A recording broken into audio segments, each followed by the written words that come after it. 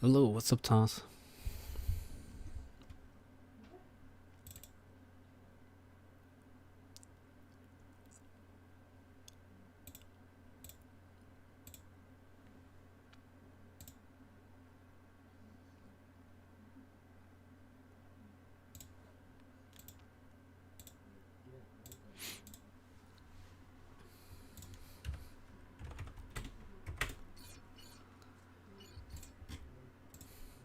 Hey, what's up, Pablo?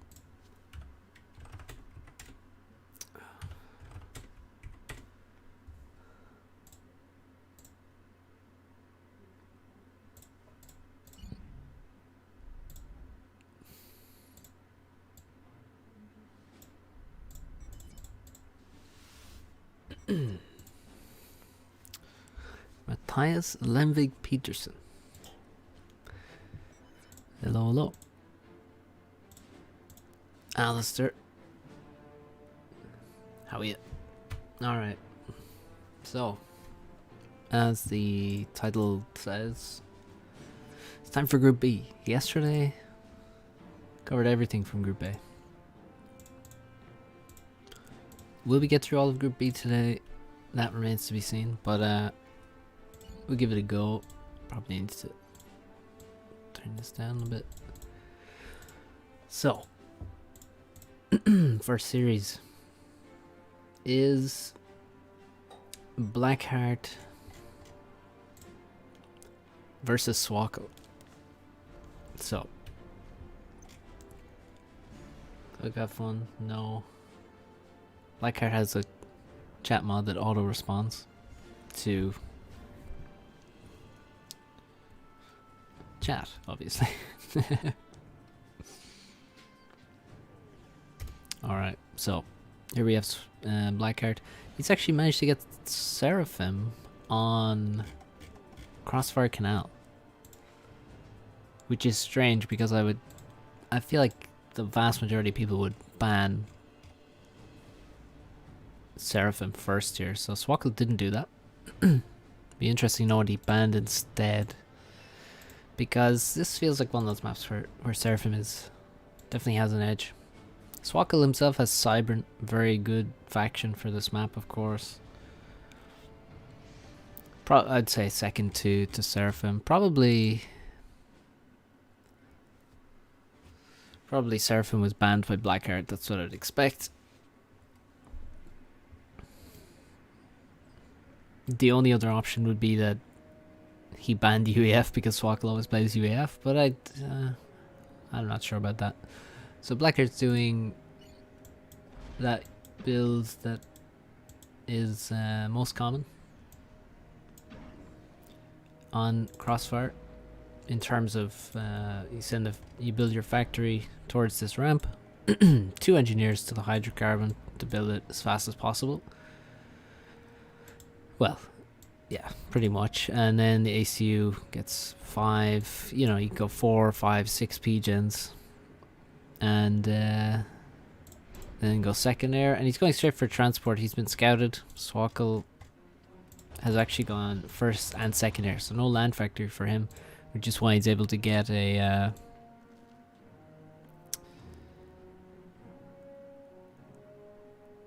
air scout out so quickly. It is telling to me that Aeon's almost never picked in tournaments.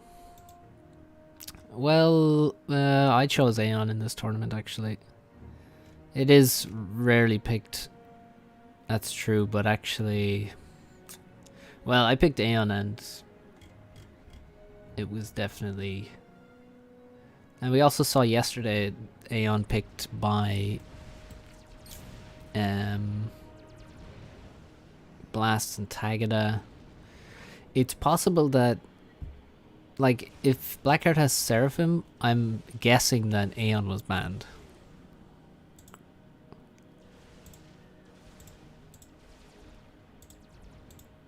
Fucking bots. Like, I don't really see what other faction Swako would ban other than Aeon, basically, seeing as Seraphim is let through. And here comes a bomber. Blackheart not splitting these engineers. He does already have a factory, but still, he does not want to lose 3 engineers here. Now, that wasn't actually a split. He just decided he wanted to expand a bit faster, but It did end up saving this engineer. Second factory denied. This bomber is going to do a little bit of damage, but it's not going to be too painful. There's not going to be, for example, some kind of aggressive drop like this. Like if you couple the bomber with a drop onto this island, then things get very ugly for Blackheart, but that's not what Swako is doing, unfortunately. Like for example, you bomb some NGs, you land here and build a PD in range of the two factories. Suddenly Blackheart's in a lot of pain. Unfortunately, I mean, that's a risky strategy, but a much more powerful one. Swako instead goes for, you know, a safer approach, dropping into this expansion, and he's going to drop over to the side and begin building a proxy. You want to build in, this is a good location to build a proxy because one, you have lots of open space and flat space to build, and you also have this chunk of reclaim to grab as well. So this is a solid location to drop. If you drop, you can sort of do a very sneaky one in here where again you can steal some reclaim, but there's a lot less space. You have to reclaim trees to put down factories and stuff, so looks like he got scouted immediately, actually. Do they use add-ons? Do you mean UI mods? I guess. Pretty much everyone uses UI mods. Blackheart probably uses the least. He has a few. There are various mods that can help you a little bit. There is no... Oh wow, T2 max already for Blackheart in that position is interesting, because you can actually kill that with frigates. So Blackheart now dropping to the right, and we can see that basically Blackheart is just ahead. Swako is slower in his expansion. His first air didn't really seem to help him very much. Like, I'm kind of surprised. Swako is just kind of slower in general. I mean, certainly this is a very good map for Blackheart and probably one of Swako's weaker maps. So I think it's a good selection by Blackheart to choose this map. And we're seeing it play out, I mean, very quickly. I mean, Blackheart is just taking a big lead in economy. He's actually managed to kill all of the engineers here, and only 2 factories have gone up, so this proxy is not going to achieve, well, actually anything. That's probably just that proxy is just countered so hard, actually, unfortunately for Swako. So yeah, he's gonna have to make something happen. I mean, Blackheart's expansion is not exactly quick over here. He dropped like 1 engineer to this position. He didn't drop to the outer mexes on that pizza slice, so still he's just in a solid position. Also, his T2 mex has been really good for him, although he is stalling mass. Sorry, power. He's stalling power. I could tell because this mex is only generating 4 mass, which is not what it should generate, and that's because he's stalling. So you can see it goes up to 6 when he's not stalling. So he's actually, that just goes to show how much mass you can lose by power stalling, because every one of his mexes will be affected similarly. So we have T2 air on the way for Swako. Looks like he doesn't have many power generators. Ooh, 520 power is very, very low. At this moment in time, he should have a lot more. Blackheart not way further ahead, but you could see he was actually stalling, and right now he has no overhead, so he has to catch up a bit on power. Gonna need to queue up some more soon. Maybe, yeah, get this hydro up as well. That would help him nicely. Another bomber from Swako to do a little bit of damage, but Swako just in a bad economic situation, and this island looking really vulnerable. Blackheart could already begin, you know, doing exactly this, spamming some Zuis across. Gonna try a very late proxy in this position. No, but there is a little bit of navy now. Swako maybe could have rushed a naval factory much more quickly just to have something very effective against the Zuis. Is T2 battleship not the strongest unit in this map? Battleships are Tech 3, so I assume you mean a T2 destroyer. And no, I wouldn't say they're the strongest thing on this map, as they can't hit the center of the islands, which is usually the most important part. And even a T3 battleship, I think, can't hit the center. Maybe UEF battleship can. So Blackheart on his way to Tech 2 air a little bit later. Again, yeah, you can see how he catches up on power there, using a lot of engineers. And he really is having a very relaxing game, honestly. Not having to do very much. Not much is happening. We're not seeing very, aggressive moves from anyone. Just Blackheart doing some very laid back Zooey spam. Just, not committing hugely to Zooeys, because that's not a good idea. But having a few around is annoying. Gives your opponents some stuff to deal with APM wise. And the bombers just get annihilated. The bombers could have come in and killed both those. Here's what I think. Blackheart built 2 by accident. He meant to build 1, I would guess, but accidentally dragged slightly and built 2. Ended up killing all the bombers really fast. And the bombers could have targeted the anti-air, which now they do, but yeah, they actually managed to kill them both. And that's why I don't think he deliberately built 2 next to each other. And look at this, Zooey's actually making it onto the center of the island. There goes a factory, all the Nexus will go down. And yeah, there's literally a ferry route shuffling units across. Tech 2 land now, very unsurprising to see Tech 2 land. The beauty of Seraphim on this map is not just the Zooey, it's the fact that the Tech 2 land hover is so good as well. Yenzines and Yashibos, aka hoverflax, to protect you from bombers and gunships and anything else flying around that isn't Tech 3. So yeah, this island is going to be under massive pressure. I mean, as though it isn't already. Most of the mechs are already dead. And yeah, it's going to be really tough for Swako, as he's now significantly behind. He's making flak in the base and PD, and he's got 2 P-gens. He's probably overflowing some power. Yes, he is. And let's see how he's done in terms of reclaiming these islands. There's a lot of reclaims still here. For example, these big rocks. Yeah, huge amounts of reclaims. So Swako really not comfortable on this map. I mean, that being said, somehow Blackheart is also not doing very well in terms of reclaims, so not exactly vintage Blackheart performance here, but yeah, there's actually enough for him to go through the motions here because of just well, the difference in their own skill on this particular map is too much. Blackheart with probably far more experience here. What's up, Peter? How do you estimate Blackheart's rust level? Well, I think I haven't seen any of these games, so we'll have to watch and find out. I haven't seen his games. In this game, he's definitely rusty.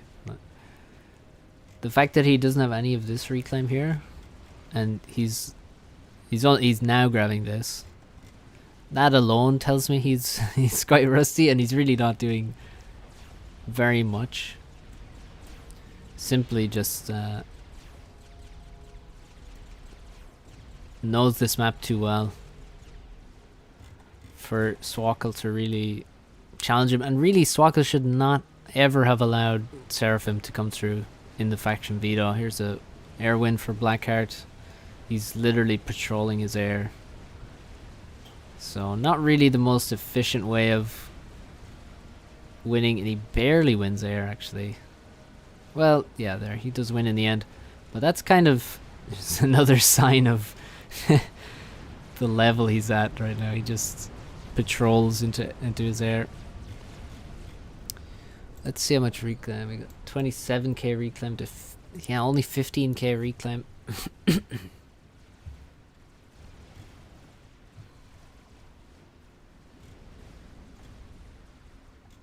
Tech 2 Navy for... Oh! Noth has come in here. And what did they attack?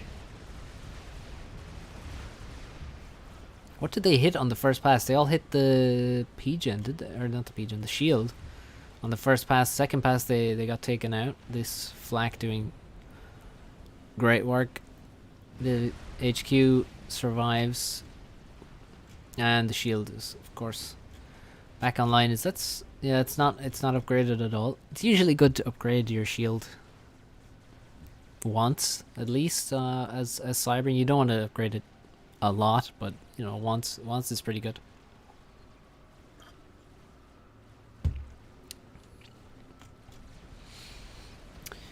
Yeah, one of the annoying things about this map is the terrain allows Tech 1 artillery to be very annoying, as they're now going to shoot up and over and attack this base here from out of sight.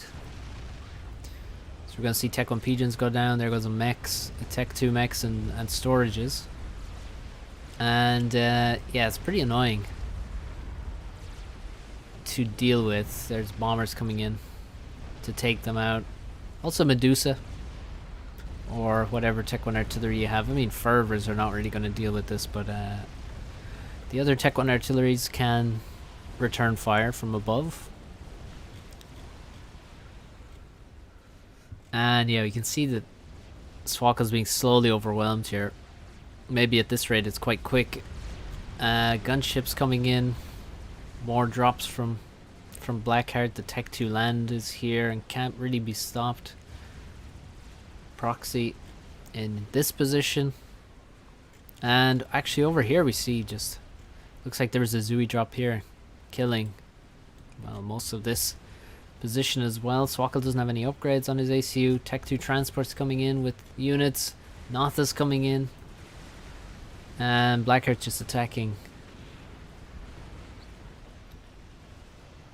from all directions at the same time.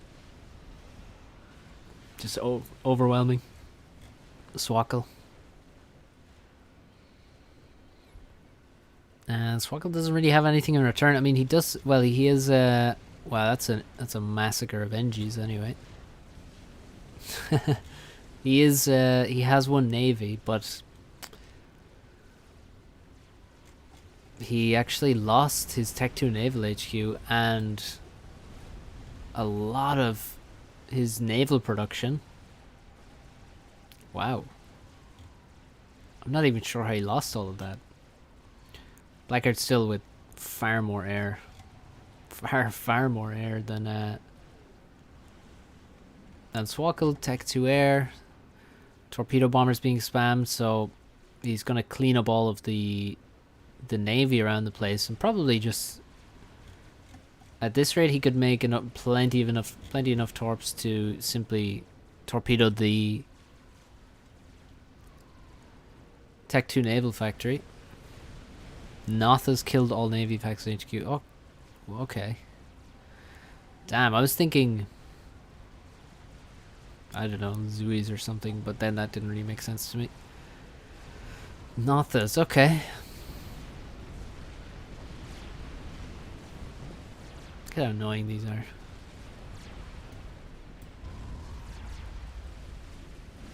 Four vets on the static flak. It's been a pretty good investment. But yeah, this game is really not going anywhere for Swako. Sup Stefan, sup Reese, Storm, Phaetos, VK2.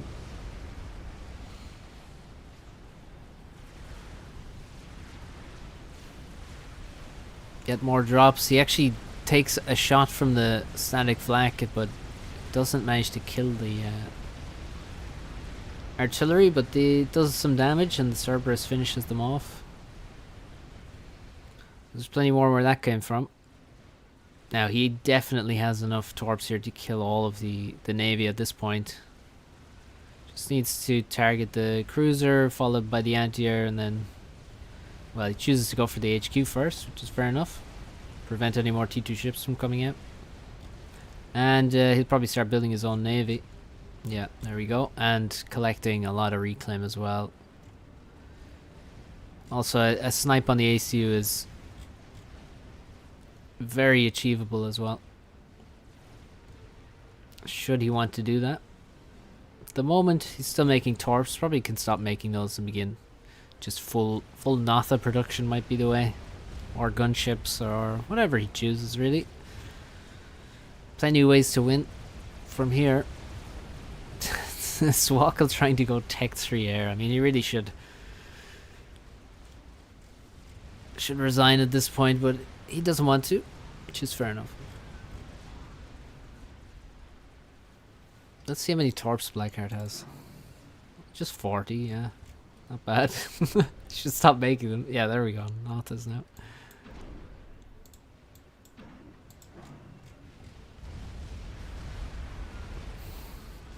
Yeah, I feel like this map definitely should have been banned by Swako, and you know, not just in hindsight. To be honest, this is just not a map most players would want to face Blackheart on. There's the auto response chat mode there. Yeah, very comfortable win for Blackheart. He basically was up, I mean, nearly 2k score is 6 minutes in with more mass, better expansion. Never in doubt.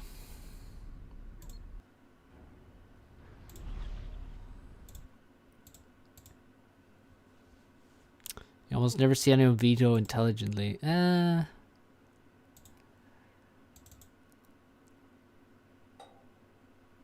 I don't know, are you paying attention to everyone's vetoes?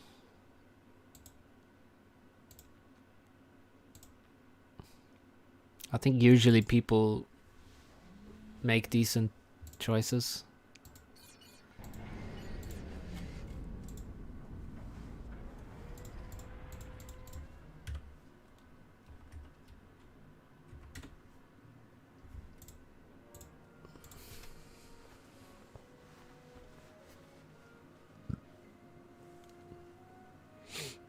Alright, so this time we actually have, well, we have Swako's choice, which is 10 by 10 map gen.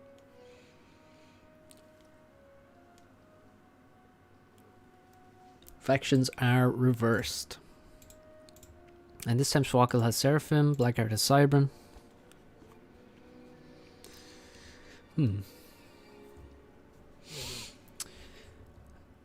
Let's see what's going on in this map. So yeah, we do have, you know, 4 or 5 Nexus of Hydro. A lot of mass in the middle.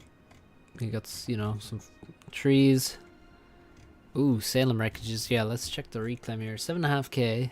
And a lot of it in... Oh yes, Salem's in the middle as well. Okay. So...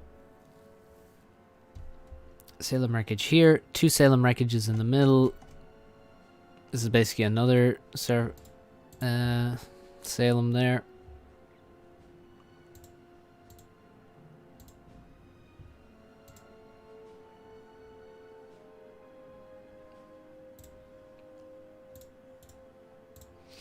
So, let's see. I'm not really sure what faction I would love to have here. I don't really feel like any factions particularly outstanding. Just by looking at the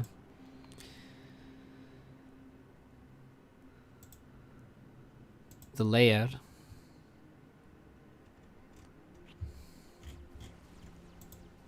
This game was not blurry. Well, nothing changed on my end. So, first, second land. Okay. So I'm going first and second land. There's some tree groups here which should be grabbed to help the opening build for sure. And we definitely, yeah, we should see him heading towards the Salem wreckage pretty quickly. This engineer is very vulnerable. And Blackheart is not aiming for it though. He's aiming for, oh yeah, he's trying to hide. Look, oh, can he squeeze through there? Problem is pathing back out of here.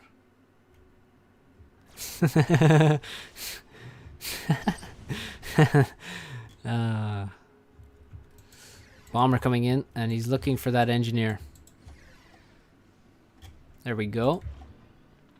And actually, you can kind of see the path that Blackheart took. He stayed out towards the water. So if an engineer did, oh, he's actually got an attack move. So if a unit came for his engineer, he could actually run away to the water and not get raided by a Celine.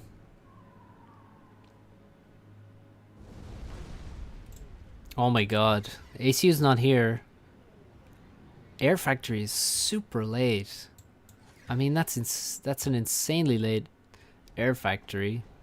It does get finished by this Engie before it gets bombed. Anti-air comes out. Blackheart tries to get away. He should be able to.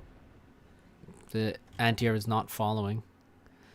Oh, he's gonna get another amazing kill here. Unless there's a dodge. Swako, please. Oof. 4 kills. He's getting this reclaim. He does not have the power to use it. That's definitely a kind of a significant mistake, I'd say, from Blackheart to... He was busy microing his bomber instead of planning that power production that he would need to use the Salem wreckage. We also see that, yeah, Swako's dodging over here, but the bomber never came for him. Bomber's over here. And there's actually another bomber. Yeah, Swako's base looking pretty terrible. He's in a rough spot. That's a good raid. 3 kills on that Tham. 1 NG, 1 lab, 1 scout. It's a bollocks. So Mosey, if you're Swako versus Blackheart, you should veto crossfire, ditch, 20x20 map gen. Can't argue with that. Cannot argue with that. I haven't checked exactly what maps they have in the pool, but that sounds very logical. Don't think, yeah, he's not gonna be able to take out this factory. He needs to back away here. But yeah, that's gonna be 4 dead tanks. Or not. 3 dead tanks. So looks like you do have to drop to get to this mass extractor. And whoa, Blackheart, can he afford this? Yeah, he can now afford this air production, the transport. Whoa, what did he bomb there? Oh, there's an NG from Swako over here. I see. This reclaim's still available, and also this wreckage. ACU on his way after building multiple factories is basically because he lost so many engineers in the base, and well, probably didn't have enough there in the first place. He left a bit early for sure, and now Blackheart just has a, well, it looked better before. Now it doesn't look quite so good. 23 tanks though. He surely has more tanks. Yeah, quite a lot more tanks than Swako. Question, and also he should have air control. Question is, can he make use of this advantage soon? Because Swako is going to get the reclaim, right? Right, Swako? You're going to get the reclaim.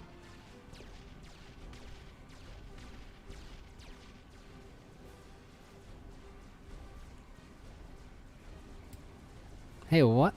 Am I crazy, or is there like bubbles or behind the ACU there?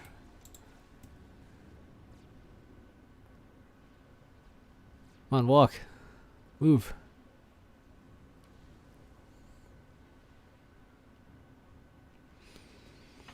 Wonder how dangerous it would be to use a toaster with jagged edges. Pretty dangerous.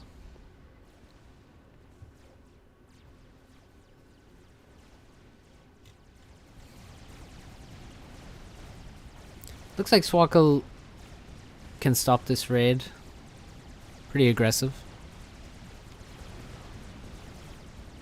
Pretty aggressive move from Blackheart, and it completely fails. This is it's a very narrow land map here, so that's why I was wondering if he could actually use his units, and he absolutely failed to gain any advantage here.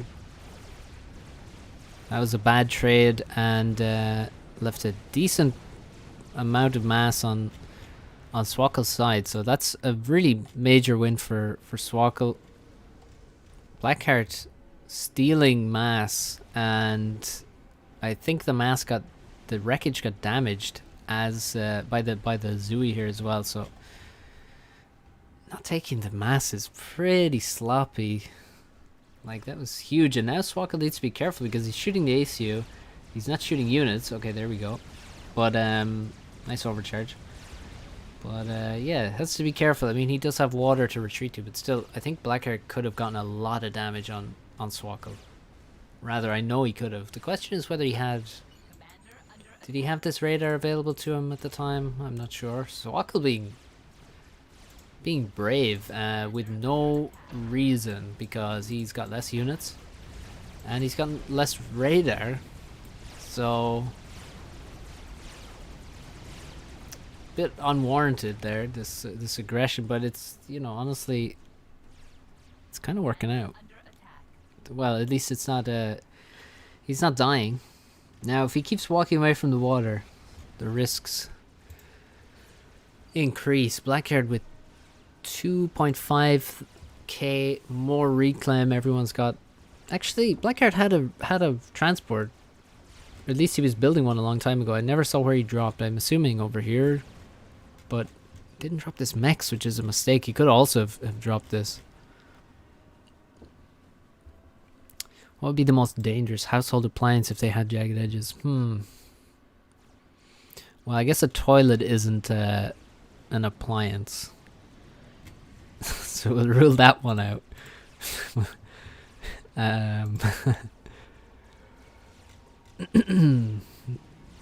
Not sure now.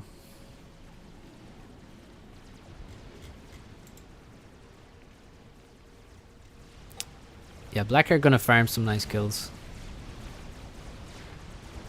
with his ACU and units. Just pretty wasteful of Swako there, and Blackheart's gonna keep pushing. He looks to me like Blackheart is gonna spam his way to victory. He doesn't have Tech 2 land plans. I think all that's on his mind is Tech 1 land, followed by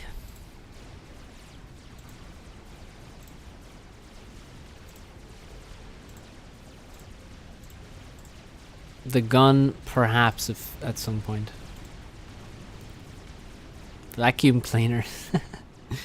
Yeah, tear your whole house up. Who's better, me or Blackheart? Blackheart.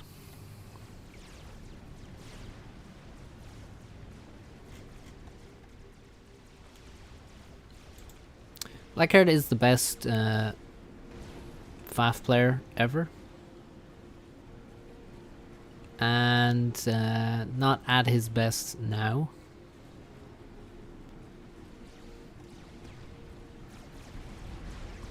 But right now, I'd say he's still better than me, even though he's not playing the game very much.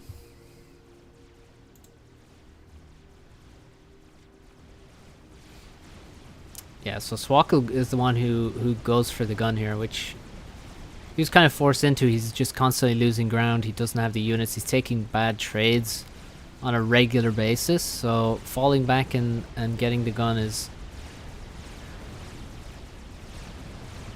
absolutely the correct move here. The question is, will it save him? I think it's gonna be I think it has a chance of saving him. He has way too much anti-air mixed into this army.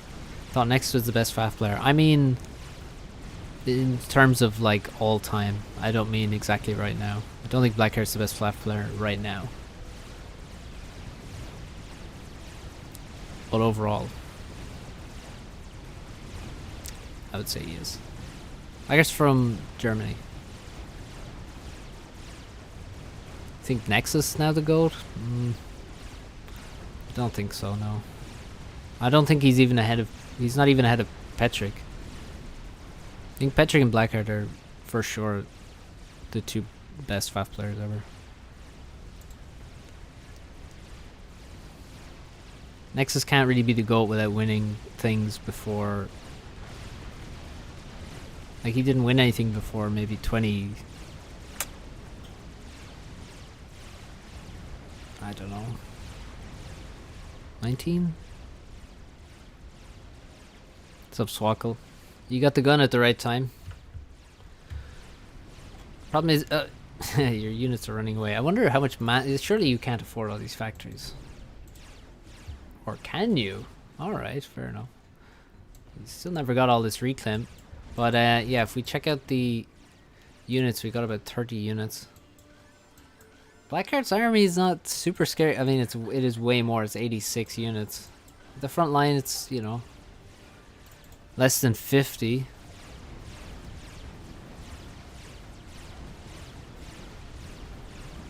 And yeah, time for Blackheart, I guess, to back up and make his own gun and then walk back in. The problem is if he backs away now is that there's, you know, 5k mass on the field for him to grab. Now he's forced to send units in. He wanted to just escape there, but he's actually forced to send units in if he wants to escape. Looks like he actually doesn't want to escape though.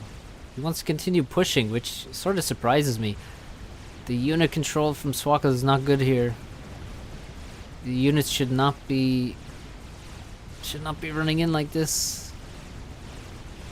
Every unit is precious for Swako, and kind of wasted a lot of units there.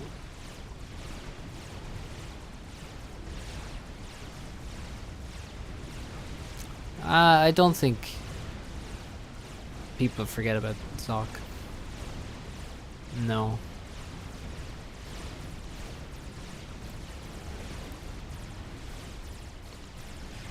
And no, I mean, well, I don't think I would put Lujan in the conversation for very long. Sir Louis. Yeah. Well, I did say FAF. I did not say Forge Alliance. I almost said Forge Alliance, but I decided not to because truly I don't know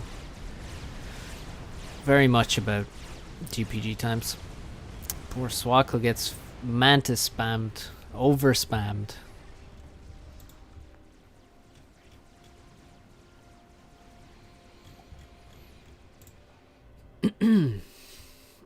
Gala? No. No.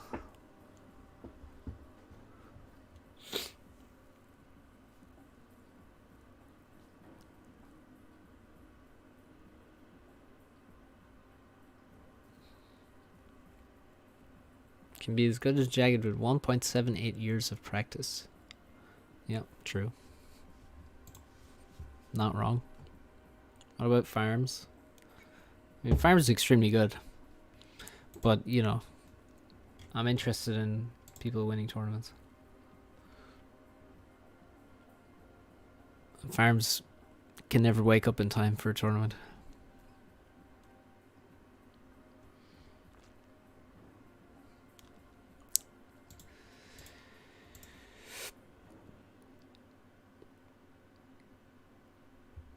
Gal is the old Yudi. No, because Yudi can play any... Yudi's just a top player now. He's just can play anything. So, Blackheart 2-0 Swako, which, you know... It looked pretty comfortable for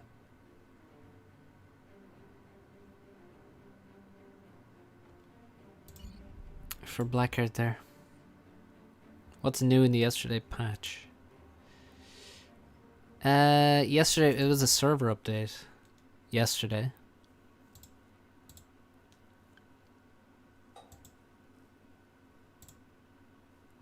So it wasn't anything to affect the game directly in that. Alright, let's continue watching Blackheart.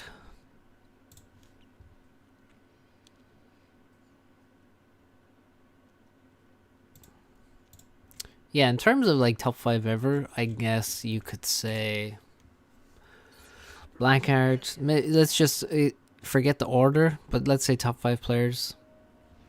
You have to go Blackheart for FAF. I'm not talking about GPG. Blackheart, Patrick, Zoc, Nexus,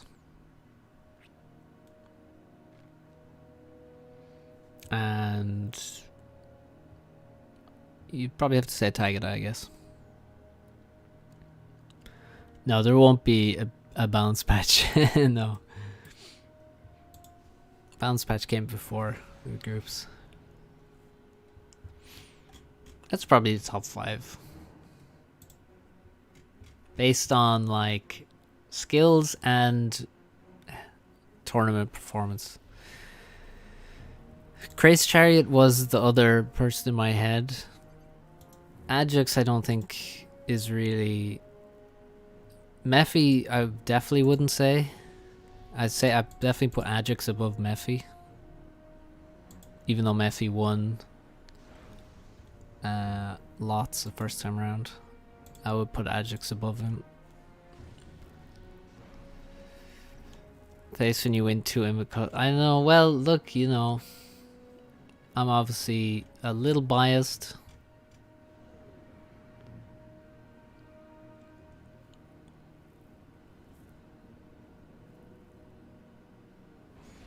How much alcohol could I drink and still beat you at this game? Well, I don't know how. I've never seen you play. But... Oh, the scene, okay. Probably a lot.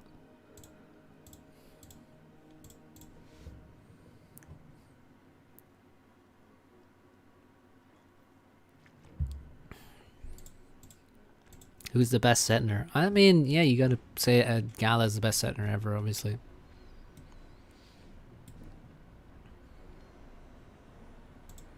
Lujan better be in the list. Yeah, I just don't, because I don't know, I just don't rate Lujan that highly. So we got Dry Canyon. Very interesting map. I've played some ridiculous games here. And some rather boring games. But this map doesn't... Yeah, it's a tricky one to play. So it's very spread out at the back. It's a narrow map. As you can see, it's 10 by 5, I guess. So it's 10 long, 5 across. Very narrow.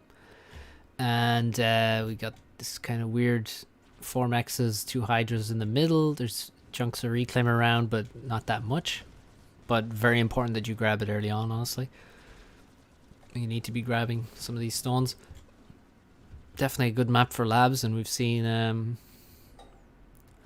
couple from Nexus. Not afraid to lab his opponents on the maps where it's, you know, viable. Don't think Lujan was even that great when he played. I mean, he, you know, he definitely was a top player, but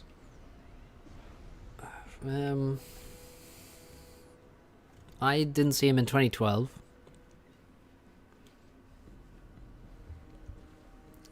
Which is obviously, I guess, when he was at his peak.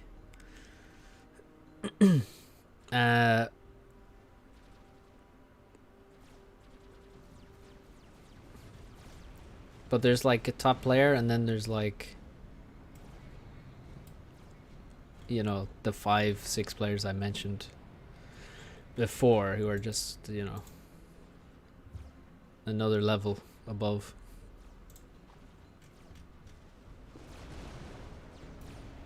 Bomber from Blackheart doesn't really achieve very much. He kills an engineer, but it's really not relevant. All it really does is stop Nexus from getting a radar in middle. So that's the main thing that's denied there.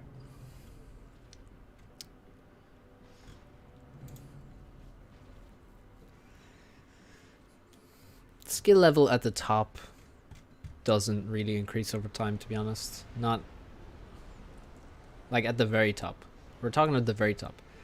At a given rating below the top level, the skill can feel quite different. In terms of just at the top level, if you're at the top level in 2014, so, you know, Patrick Blackheart, you're still top level all these years later.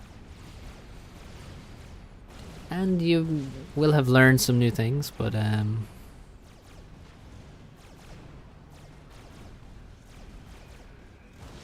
it's still the same people though, you know what I mean?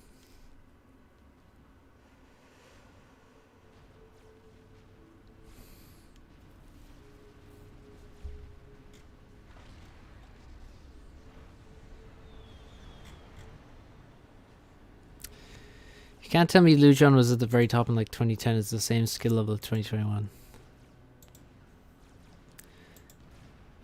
Well, no, you can't directly compare between that. Because the rating change is different. More importantly though, the balance is different. The play styles are different.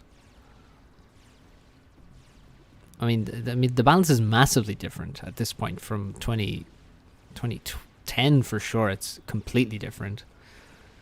From 2012, it's very, very different actually. Game is played differently.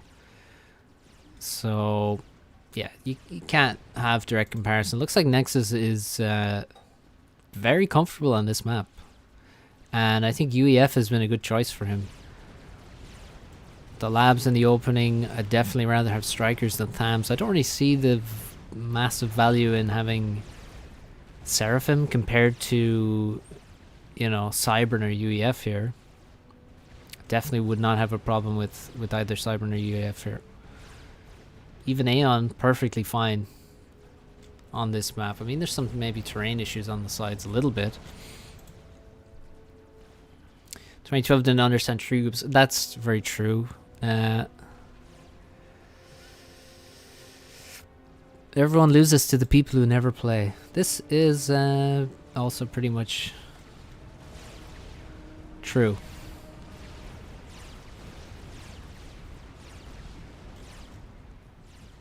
I mean, to be honest, I didn't play. I played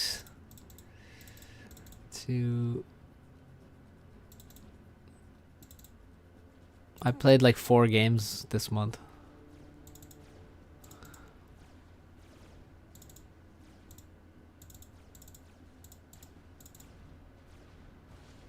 Actually, yeah, I've really played less than 10 games in the last like 2 months and outside of the group stage, and I got through. So, you know.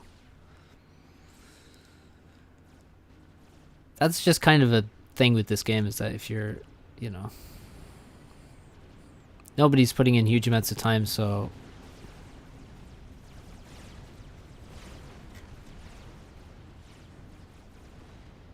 yeah. How much Dota did you play? Yeah, I know. That was SP's excuse, obviously, for losing. He played Dota. Blackheart gonna give up his Hydro here and actually all 4 mechs in the middle in return for taking the left-hand side. It's not sure if it's actually worth it, to be honest. It strikes me that it may not be. Question is, how many units do they both have? 65 strikers, 71 tabs, so very even on unit numbers, and a bit of a counterattack here from Blackheart. Gonna aim for the hydrocarbon, maybe he can get a mex. Could actually, yeah, I would sneak in there and kill that radar. That would be nice. That would be a nice kill to get. Just deny some intel, and he can continue moving forward with this. Problem is, he's actually in danger. Oh, it's the wraparound from Nexus. Look at this. Nexus can come this way. Blackheart now reacting, and the difficulty is Blackheart might just get sandwiched between all of Nexus units. This is absolutely necessary that he pushes in at this moment. Nexus in a little bit of trouble. Maybe he overextended himself here, and his units now out of position a little bit. Don't think he expected quite so many units from Blackheart in this position. And Blackheart looks like he's going for the kill.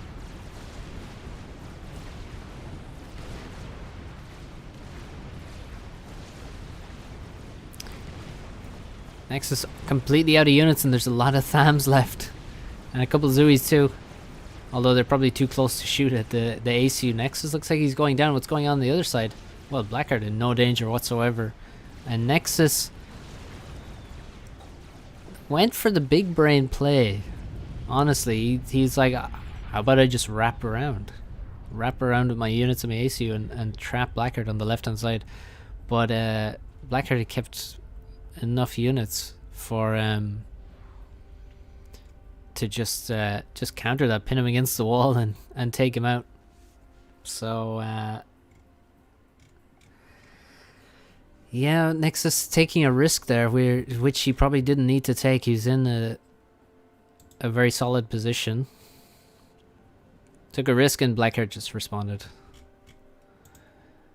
very nicely. Good move there, and Blackheart takes the win with where really he was simply just behind. I mean, no air control, very little power to actually, you know, do anything different. Like get a gun upgrade or switch techs or get back into air. So Nexus was just ahead there, and a little bit of a throw with that sideways maneuver. We also didn't understand time, how important it is. Well, I don't know. You sure? Maybe not to the same degree. Certain things were not understood. I mean, a lot of things about certain maps have been figured out over the years in terms of how to play them. That's for sure. And what you can get away with. As I say, the playstyles were very different back many years ago. I mean, even when I was learning the game in 2014 or 2015, the game was played much differently.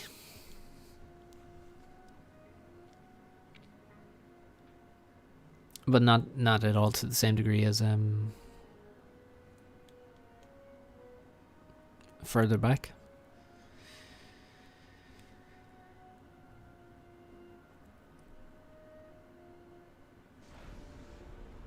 So we're on Emerald Crater. This is Blackheart's choice. Interesting choice from him, actually. Interesting choice. Not what I would have imagined he'd pick, but I don't know what he has up his sleeve. Or what other choices he could have had. Would need some Aeon... would Aeon need some changes? Eckhart Pedersen, thank you for subscribing. No, Aeon's okay. Aeon's fine.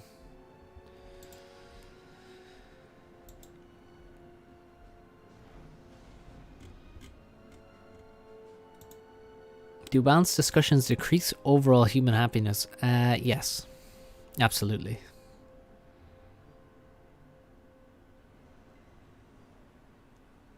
That's why I avoid them at all costs. So why are people still playing this game if it's so depressing? Yeah, it's not the game that's depressing, really. It's the people that are depressed.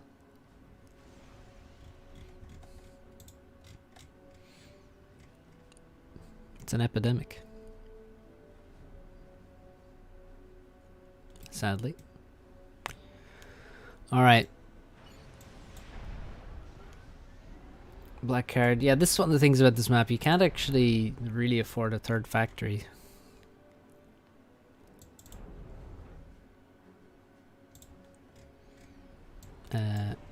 Early on. So you can see, I mean, he's building with one engineer. What have we got on the field? Only a single lab. He goes mainly for engineers at the start. Just to, you know, expand as quickly as possible. Does replay servers still seem broken? I don't know, I haven't watched a real... I haven't watched a live replay. Bit of a stall there. Nexus managed to get out a third factory. But he did stall a bit there at some point, I'm not sure.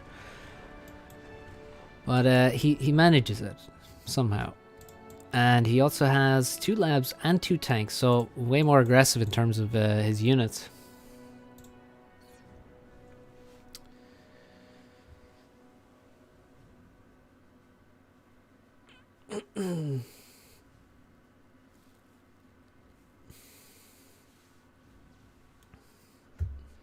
Hey, I have my alcohol right here.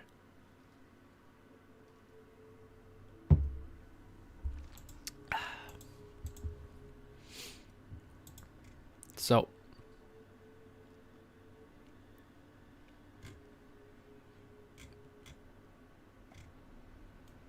Bomber coming for Nexus.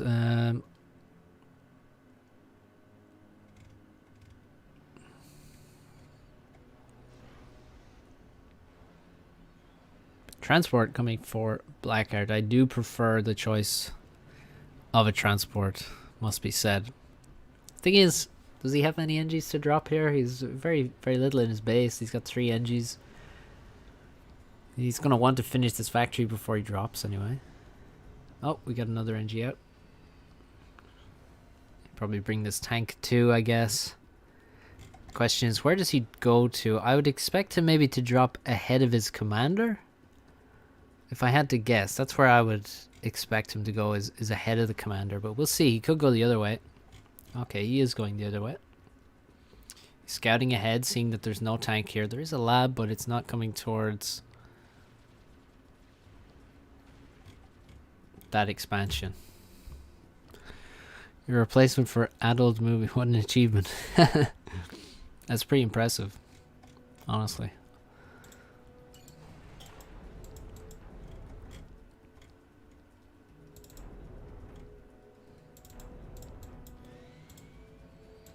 Now, will the transport be scouted? Look at that. Reaction? No? Hello, Nexus? Hello?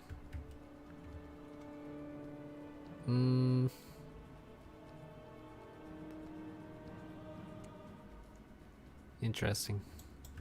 He is scouting and sending the bomber, so he's not going to try and take out the... Oh, look at that from Blackheart. Actually just catches the bomber.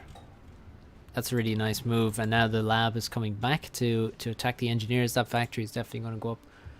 Oh no, the huge stall from Blackheart at the exact wrong time. He's added very little pigeons in his base, so absolutely stalling so hard when this factory should be done already. And instead it looks like he... Okay, great. Great factories there to save the engineers for now. Oh, it's so close. So he will finish the factory. Problem is there's a tank here, and that one tank is not going to do too much here.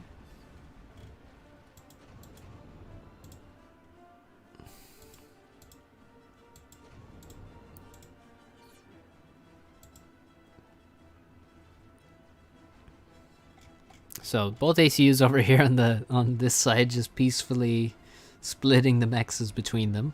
That's just beautiful. Bit of a raid coming. Dead engineer, dead radar. Mexes won't be dying. One of the advantages of UEF is their very healthy mass extractors.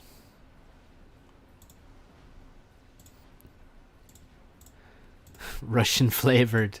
Yeah, it tastes like Russian. It tastes like a Russian person. Oh, ceasefire is called off, and Blackheart and Nexus are fighting. Blackheart has absolutely no support, so he's going to send an air scout overhead just to see exactly what he's up against, and Nexus similarly has nothing. God, these spam bots, dude.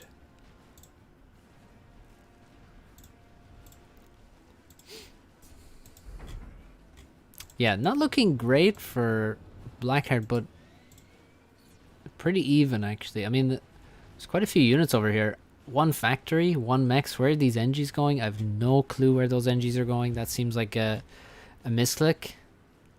That he's rallying to this. Yeah, that's a misclick anyway. Hopefully he'll fix that. What is the score? 1-0 to Blackheart. Hello, Marco.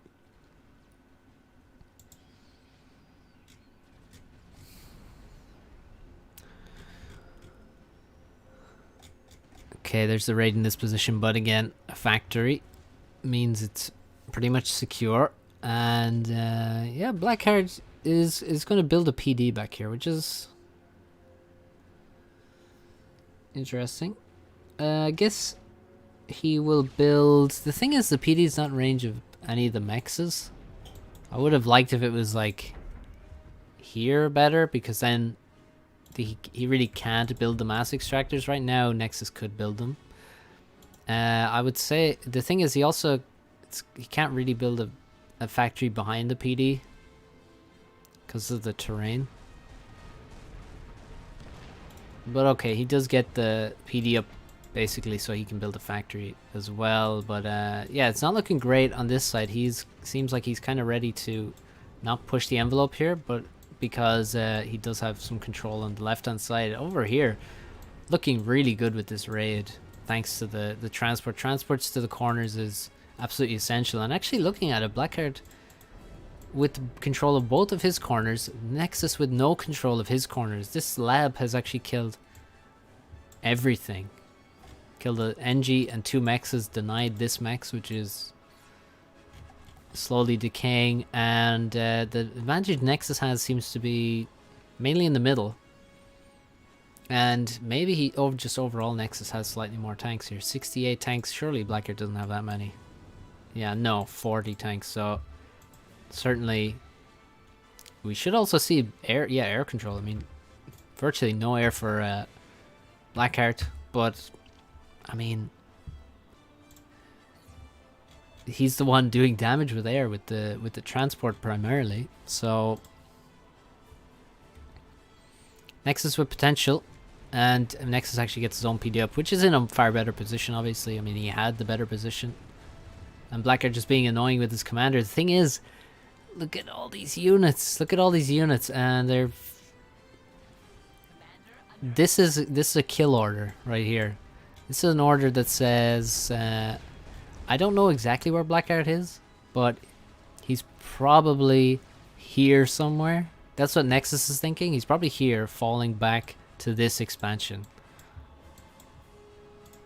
Thing is, it's even worse for Blackheart than that. He's all the way up here, which Nexus is not even going to expect. And once he finds him, which he is going to, well then, guess what? Tech 2 air. 2 gunships already. 50 tanks on this side of the map, and the commander, and now he sees the ACU, and there's no way Blackheart escapes from this. Not a chance. Now he can turn the ACU around to add that 100 DPS, and the gunships will come in, and that's gonna be the game for Blackheart. Nexus will win and take it to one game apiece. Doesn't really matter what else happens here, because there's really no hope of escaping. Now he does have this PD actually is his only possible retreat, but that's where the gunships will come in.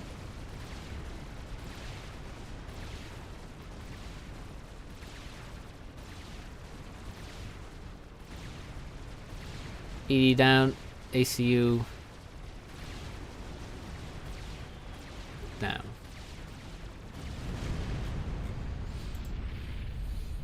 So yeah, a bit of an overextension in both games there for sure. Nexus in the previous game we saw take a left turn and go for the surround, and was countered swiftly. And in this game, Blackheart just hanging around for too long with his ASU being a bit too greedy and not having enough intel because he didn't have well, virtually no air control there. So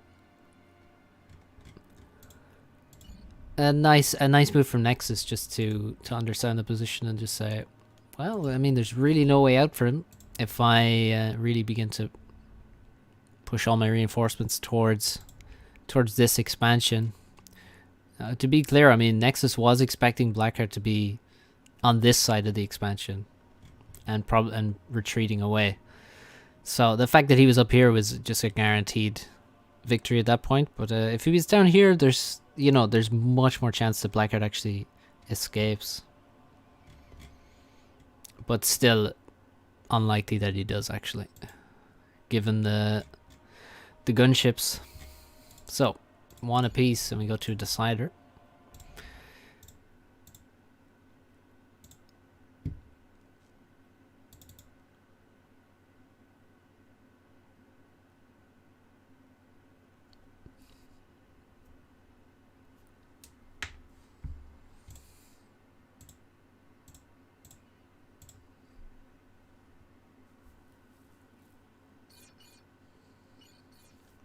There we go. The ditch. Both players have gotten Seraphim. Both players with Seraphim. So, once again, I'm interested to know what was picked and banned here. I feel like Nexus favors Cybern here.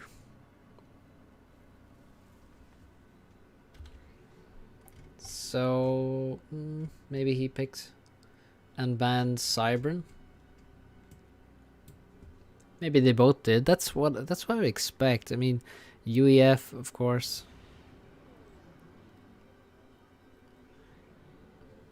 Not a bad choice. Aeon not favored as much because I think one of the well, there's a few reasons, but I think the fact that well,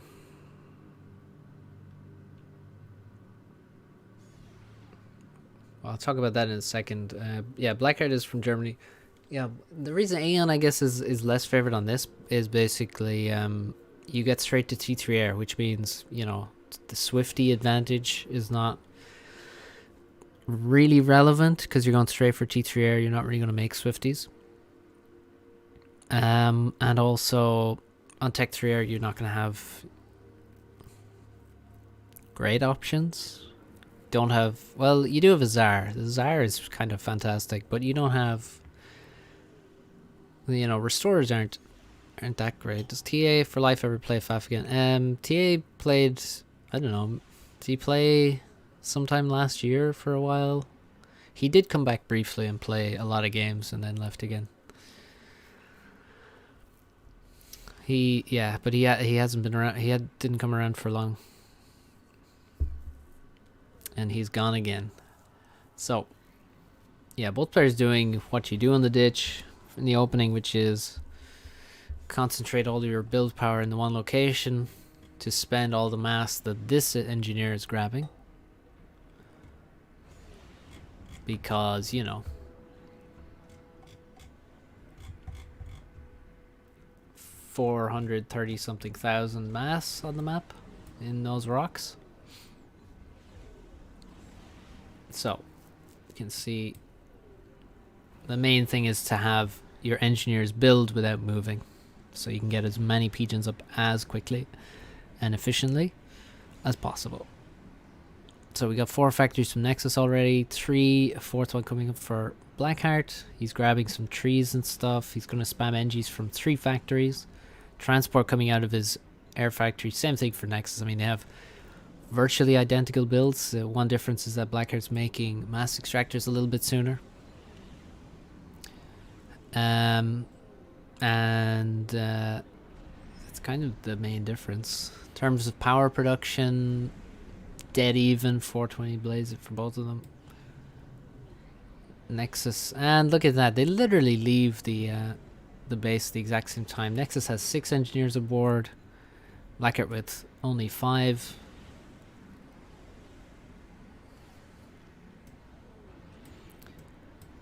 Certainly another advantage of playing in 2021 compared to 2013. The builds have been already refined by past players, and well, some of the players in this game, in fact. So Bricka, Mr. Appliance, well, I do declare. What is your best and worst role in this game? Land, air, navy, or caster? I would say worst role. Worst role. Worst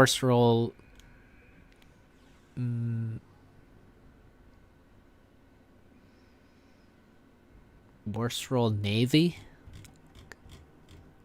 Best role. I mean, I don't know.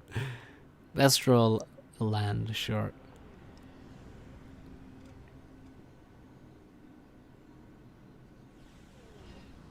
Okay, Nexus with the second transport already, which is very nice. Blackheart, my new favorite player. Cool. Blackheart on the way to Tech 2 Air. He hasn't made a second transport, so he's going to be slower in his expansion as a result. Let's see if yeah, Nexus already heading towards Tech 2 Air. Sorry about the frame drops, not sure what's going on there. There's definitely some lag on my end. Best roll is cinnamon.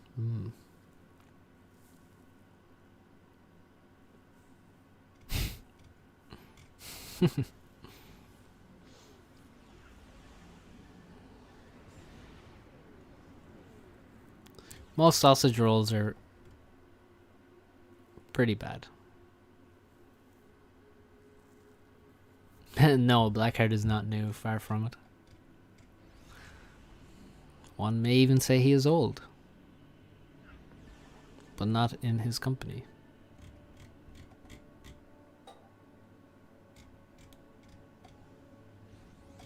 Okay. So, yeah, both these players playing in a rather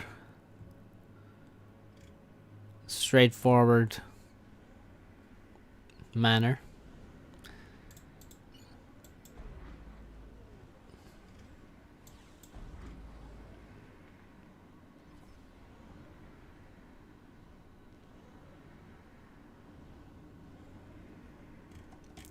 All about the macro, ladies and gentlemen.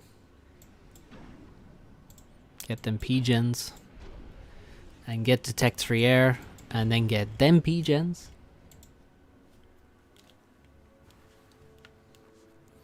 Tell us about the FAF history. Blackheart joined, I guess, in 2012, and I think in 2013 he basically became the dominant player. Just kind of won every tournament from what I know, although I wasn't there at the time, so I'm not perfectly sure, but pretty sure he basically came to dominate like pretty soon after he joined, and just became the best player in 2013.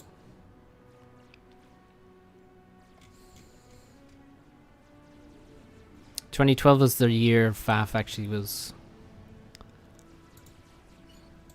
I guess, first put online, I think. Not sure when exactly in 2012. Whether it's early or late, or Maybe it was even late 2011, but I'm not sure exactly.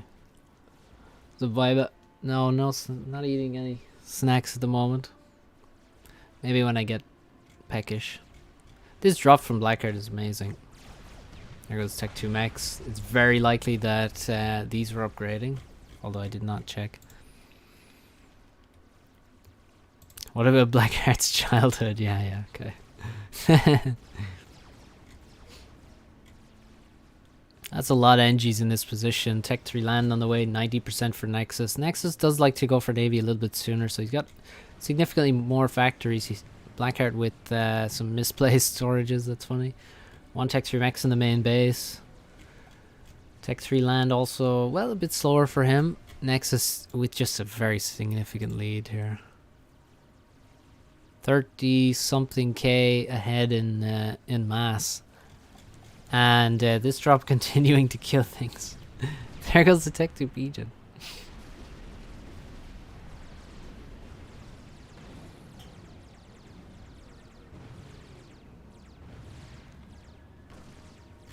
Gunships finally cleaned that up. Second T3 Pigeon.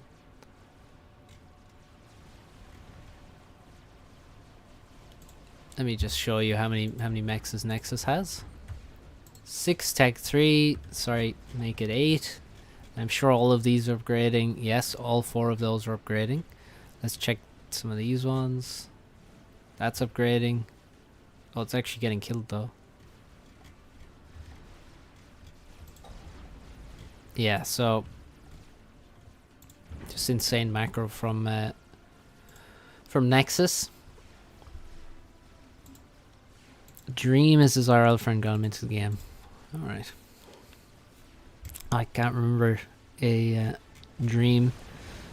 Nexus pushing into this expansion with the Yenzines and some hover flak to defend. The PDs have gone down. There's only some Ilshavo coming out. And they're already surrounded, so all he can hope for is that the factories tank some damage and he can fend them off for now, but there's going to be a lot more on the way in very shortly, so how's he going to stop all of this?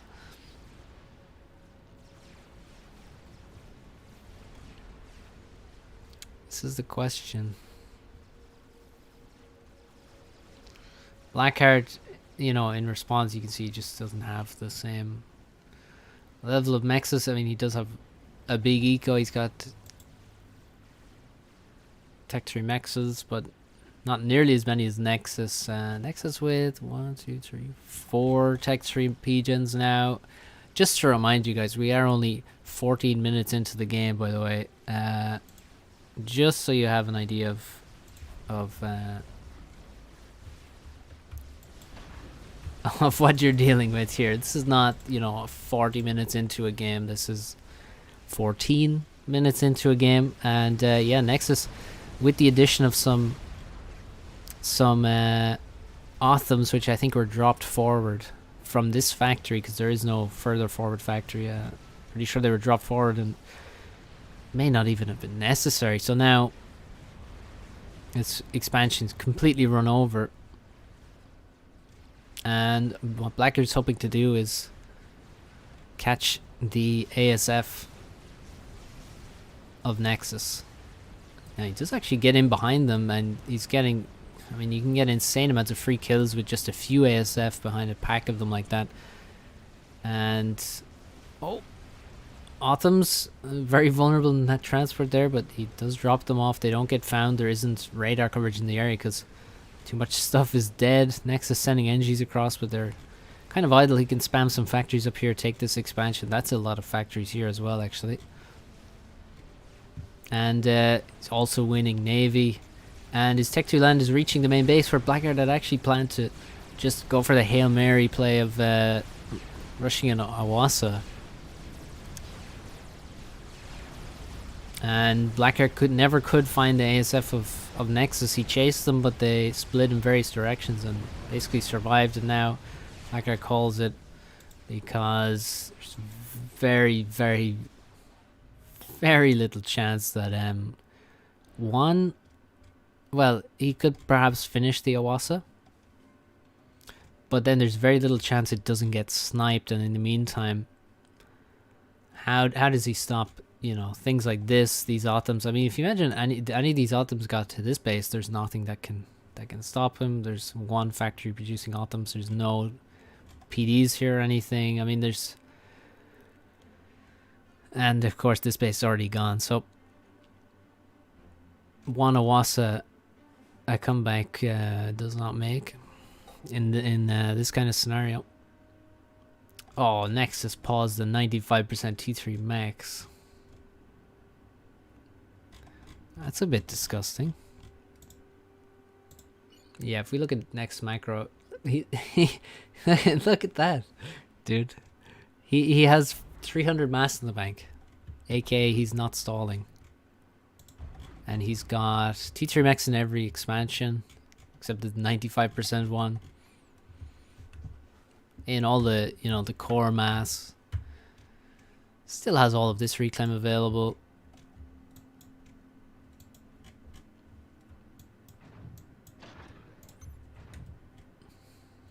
Yeah, pretty insane stuff there. Very, very well played. But I think if you play in the way Blackheart does, which, I mean, Blackheart played the way he liked to play on this map, I guess. But if you play like that against Nexus, it's really hard. Like, if Blackheart was in some of his best form, he can match Nexus macro. But yeah, if you allow Nexus to just chill and macro on this map, he is actually insanely strong. I think you have to play it differently than this. You have to make some things happen, and they played it pretty old school. New school on this map is very aggressive. Maybe that would work better for Blackheart.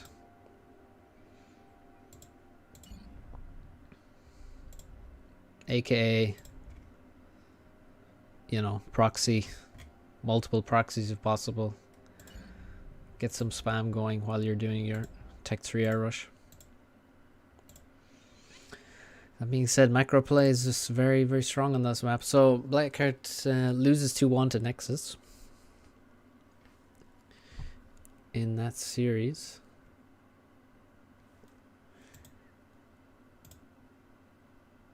And let's check out someone else's games. Let's check out Swako's other games.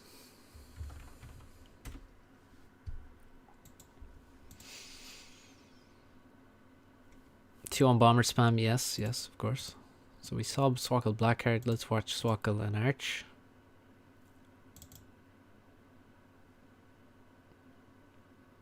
Looks like he played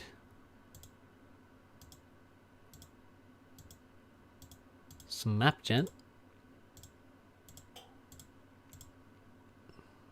Look at the mass graph. Oh, I didn't look at the mass graph, did I? Oh well, I do know that when Blackheart had about 100k mass, Nexus had about 130k mass, so. And yeah, that's not even far into the game. Is 3 early T1 bombers at the start good straight? No, not really, because it's very likely they get shot down. They take a long time to cross the map, and they're not going to kill very much, so by the time you have them across there, there's going to be tons of PGens.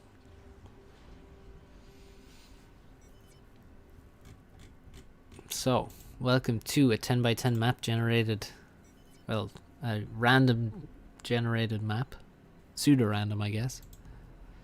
Looks like Open Palms of Wonder had a kid. Does a bit, yeah. It also kind of reminds me of Standing Stones. So we have one quite safe expansion. It's quite close to the base. Also, we start with 5 mexes, which is, you know, Not bad, but that's kind of it though. You really will need to grab this reclaim around the base because yeah, you only have 5 mexes close to you. It's going to take a while to get these additional ones. 2 here as well. Eminently raidable now, and we have a direct question: where do you send the commander? Because clearly you either send it to here, I guess, or here. The difficulty with sending it to, well, let's actually check out the middle. Can you run over this? Can you get to middle through here? Is my question.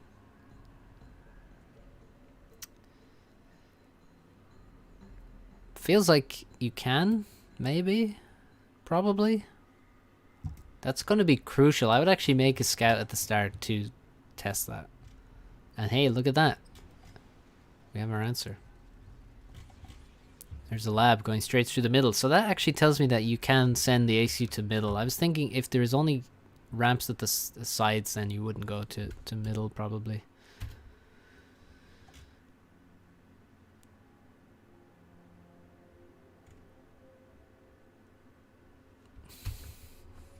This lab is running directly into the ACU. He's leaving the base very quickly, is Arch. And look, there's an NG right there. Okay, so Ajax made, or Ajax. That's what happens when you read chat. Arch has made his decision. He's going left, and also he's got UEF. Swako has Cyber. What is this clown world? Arch to the left. Swako has not left the base, which is, you know, he's going to leave after this factory for sure. I would say maybe Swako left a little bit on the late side and Arch the reverse. Both players in their expansions now. Arch going for a factory, as is Swako. I would be inclined to make a PD immediately there, to be honest. I mean, it's sort of a little bit safer because, you know, it's not totally open. You have this nice terrain in front of you to protect you, so you have less ground to cover with your tanks, but still, you know, I might be tempted to make a PD followed by a factory, but that's a minor detail.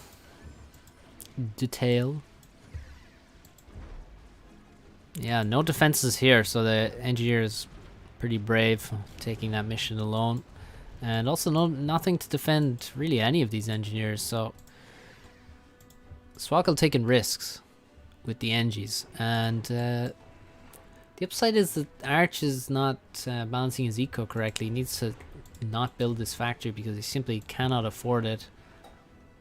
And one of the things about middle, quite a lot of reclaim there, so certainly worth fighting for. But oh, there goes an a bomber. Did it get an engineer kill here at all? I don't see anything dead over here. Terrible radar placement from Swako in the close expansion. Oh, you mean this one? Looks pretty good. No? That looks like really good radar placement to me. Like, it covers everything up to middle. And it's unlikely a tank can shoot that. It's possible, maybe they can, but unlikely.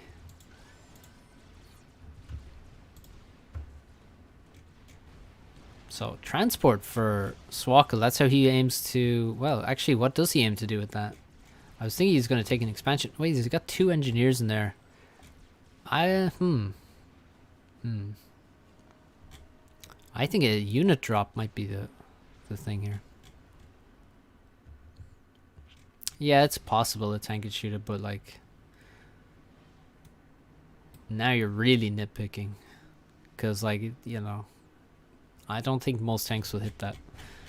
But, so both players went to opposite sides with their ACUs, and what seems critical to me is that Swako has better control of middle, and you can see there's a lot of reclaim missing here. That's all in Swako's bank, I'm sure. 2.5k reclaim to 600. That is the major difference in this map at the moment. Other difference would have to be that Arch is the one with air control. And he's using it with a bomber. Just killing a mech here. Sending an engineer to middle as well to... Where is it? To gather the reclaim and grab the mexes. Actually doesn't finish off that mex, which is a bit of a mistake. Oh! Big attack into this expansion. He cannot afford to lose this. He's going to lose the factory. He's oh, he's given... This is a formation order for all of these units over here. So that is a big error. That is a thing that some players have a problem with. That they like that kind of bug, quote unquote.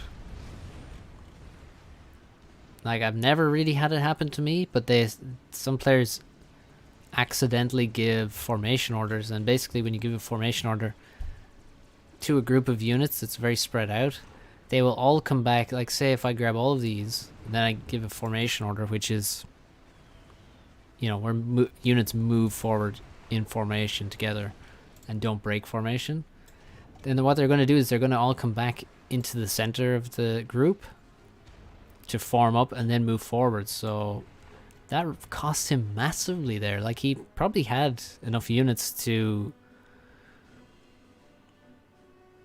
defend, or like maybe save the factory, save a max or two, anything, but his units moved in the wrong direction because of that accidental formation order.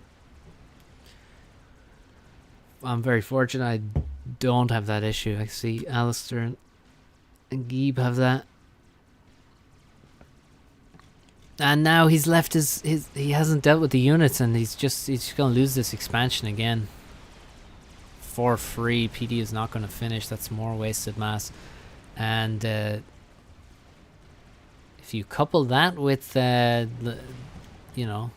huge gap in reclaim, actually, which is just extremely significant now. It was 2.5k to 600. Now it's 4k to 4.2k to 1600. So like, the gap is not closing; it's actually growing in reclaim. And the main expansion next to Arch's base is still dead. So this looks very, very bad for Arch. Swako playing quite well here. Now he decides to invest in a Tech 2 mech. So he's like, okay, I have advantages here. I'm winning for sure. Air might be a bit of an issue, but not much. And let's just invest a little bit into the future here. Get a Tech 2 mechs, although it is rather painful. I'm so surprised. Like, how does he not have this reclaim, by the way? But okay. He's still doing much better in reclaim than his opponent. Taking control of middle now, and I think Cybern is a good choice on this map. Very solid choice. I mean, as Geeb said, it looks like open palms and Wonder had a kit. I mean, it's certainly more closed than open palms, but still, Cybern, very, very good choice here. 70 something tanks. Actually, the unit numbers are relatively similar, to be honest. And I guess air is not a problem for Swako anymore. It's a problem for Arch, in fact. But he does manage to escape and does not lose his air force. Making some attacks into this expansion, or attempting to. He's gonna take out that PD with no trouble with the Lobos. Thing is, well, he should actually have enough units to push in here and really take out this expansion. He needs to move in immediately because reinforcements are coming by the second. So can't waste any time here. Don't hang around. Keep moving. And the ACU seems to be a little bit, you know, ACU is not doing too much. I think the ACUs could have, you know, contributed a little to the mid battle.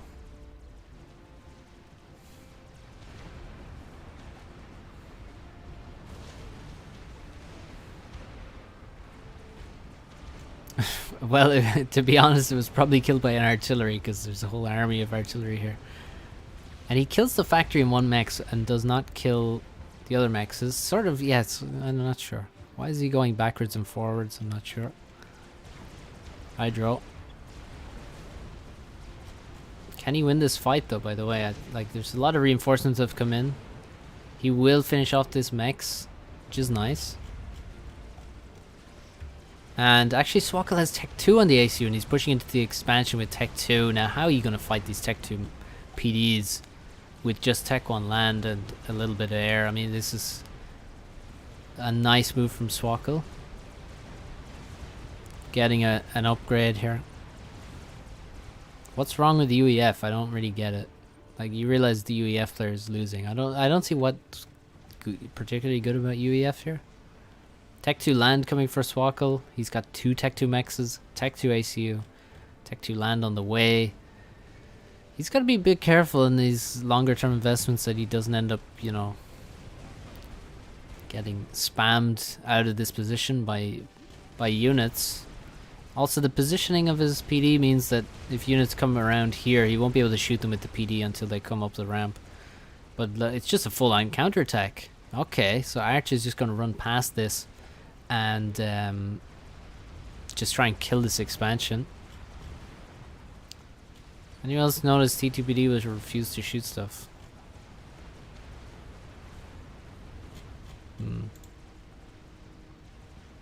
Arch is just chilling with the commander. He has actually gotten some decent kills there, honestly. He's almost got the first vet, but overall it feels a bit underwhelming, and now eventually got run over here. Swako invested a lot of reinforcements into this position. Too many, in fact, but considering he's losing ground over here, had to manually attack order the PD. Yeah, I'm not sure. I mean, yeah. I don't know if it's particularly worse now. It's kind of an issue that may always have been there, from what I know. The best thing these Mantis could probably do is just run in. Oh, there's a PD here actually. Okay. Yeah, well, they can't really do much then. They could perhaps kill some engineers and stuff, but that's not really great. Here comes, that's a lot of bombers coming after Swako's comp, but he's got Tech 2. What a terrible movement of air there by Swako, but he actually does. I mean, the engineers, or the bombers are dead anyway to the anti-air. You cannot T1 bomber snipe a Tech 2 ACU. Not really. Not unless you build like 100 bombers before he knows what's happening, I guess. Because he's just going to throw up Tech 1 anti-air and kill the bombers very, very quickly. And yeah, it doesn't really look like Swako's in any danger here. You'd need far more units than this to overrun him. Meanwhile, the left-hand side, this expansion is dead. Over here, Tech 1 PD's getting lots of damage in on all of these tanks running through.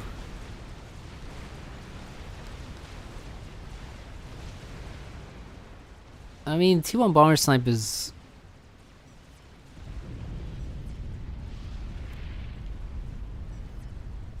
I mean, it can't be done to a Tech 2 ACU. I'll say that. Unless, like...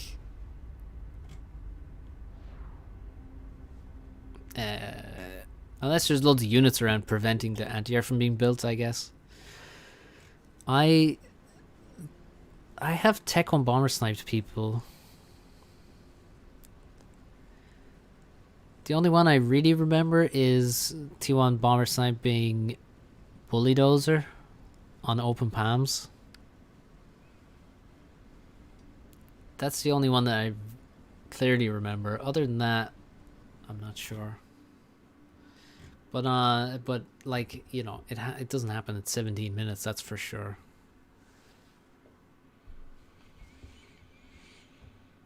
So yeah, nicely played by Swako. I think this the loss of this expansion multiple times was far too much to bear, and the better reclaiming from Swako in the middle also were the main factors giving Swako the lead, and from there he played it out quite nicely. Always seemed in control.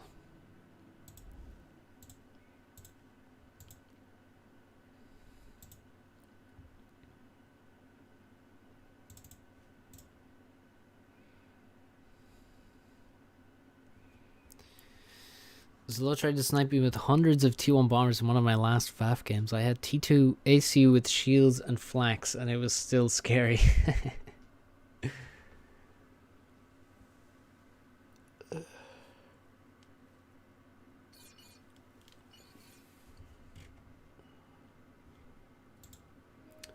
Wait, how long is this game? But hang on.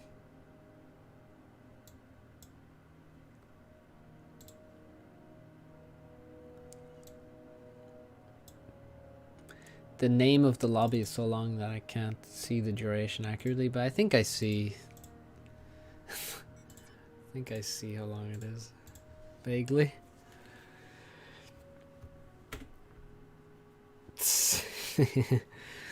Arch not happy about the first game. It's not short, Alex. It's not short at all. So you should probably go to bed.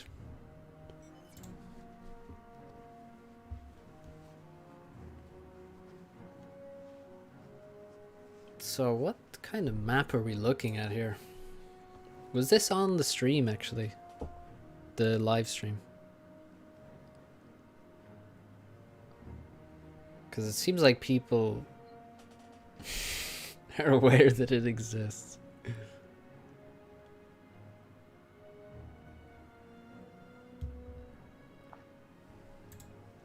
So walking down here, he's got UEF this time. And Arch has Cybern.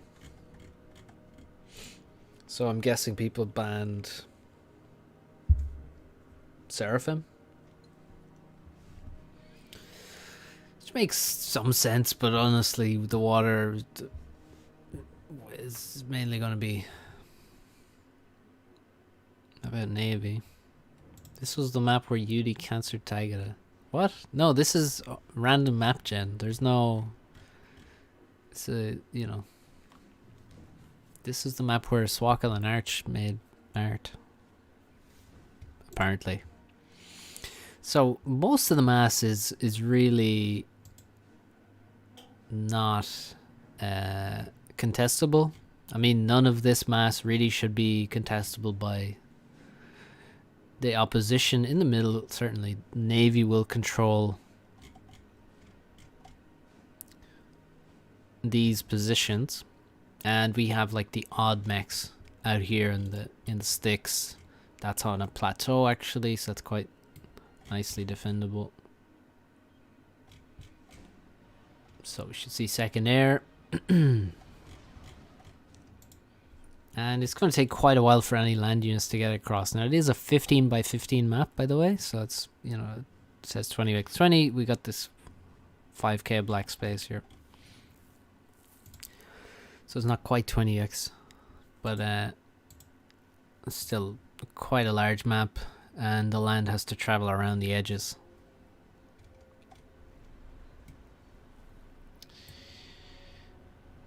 Yeah, the map gen is very good now, to be honest. Quite good. Obviously could be improved further, but it's very, very, very playable. Especially on larger map sizes, I would say. But I mean, the previous map was quite solid. This map looks very tech heavy. This should be a full naval war. Plenty of Tech 2 mexes. But let's see how they decide to play it. There's 3 factories here.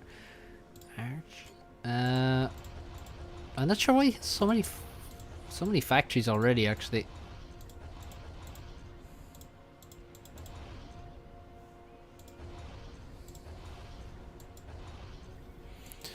Well, I mean, MapGen was around a long time ago as well.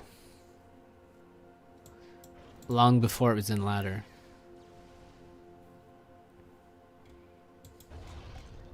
So yeah, we got the naval production going. This is nice from Arch. You can see he walks basically out to the middle, and then he's going to be able to build 5 factories without moving his engineers. That's why he builds them in a circle. If you build stuff in a circle around your engineers, that's actually the best way to build things in terms of efficiency. By the way, lines are not as efficient because engineers have to walk more. So we already have 2 air factories. That's what I would have expected, more air factories rather than what Arch has done, which is build like a lot of engineers and 3 land factories. That's a dead engie and a distant expansion. A really good bomb there. If that bomber kills nothing else, I'd say it was worth it already. And a lab here killing an NG. The only thing is that the mexes were already completed, so well, there's no tank whatsoever. So yeah, pretty surprising that there's so many NGs. No. Now there's less. It's 2 more kills for that bomber, and that's going to be 4 kills by the looks of it. 3, okay, 3 more kills in fact.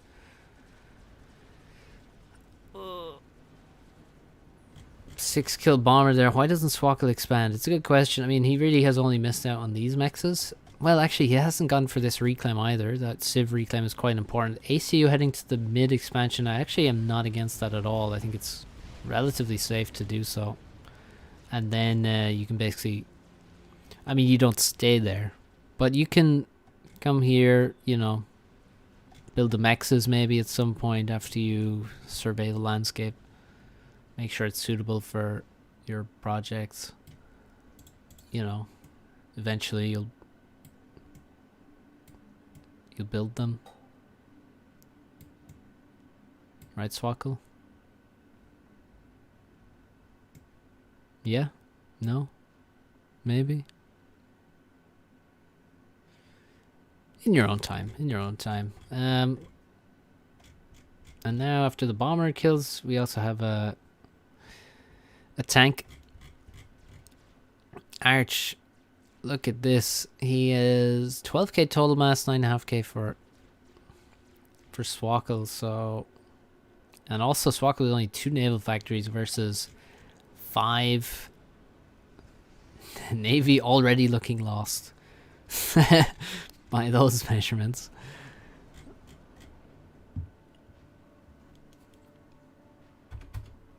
So Swako gets these 3 mexes. I mean, Arch much slower to this expansion, even with Swako delaying unnecessarily. Never thought about it, but UAF ACU is bald. It absolutely is. Or maybe it's got like a crew cut.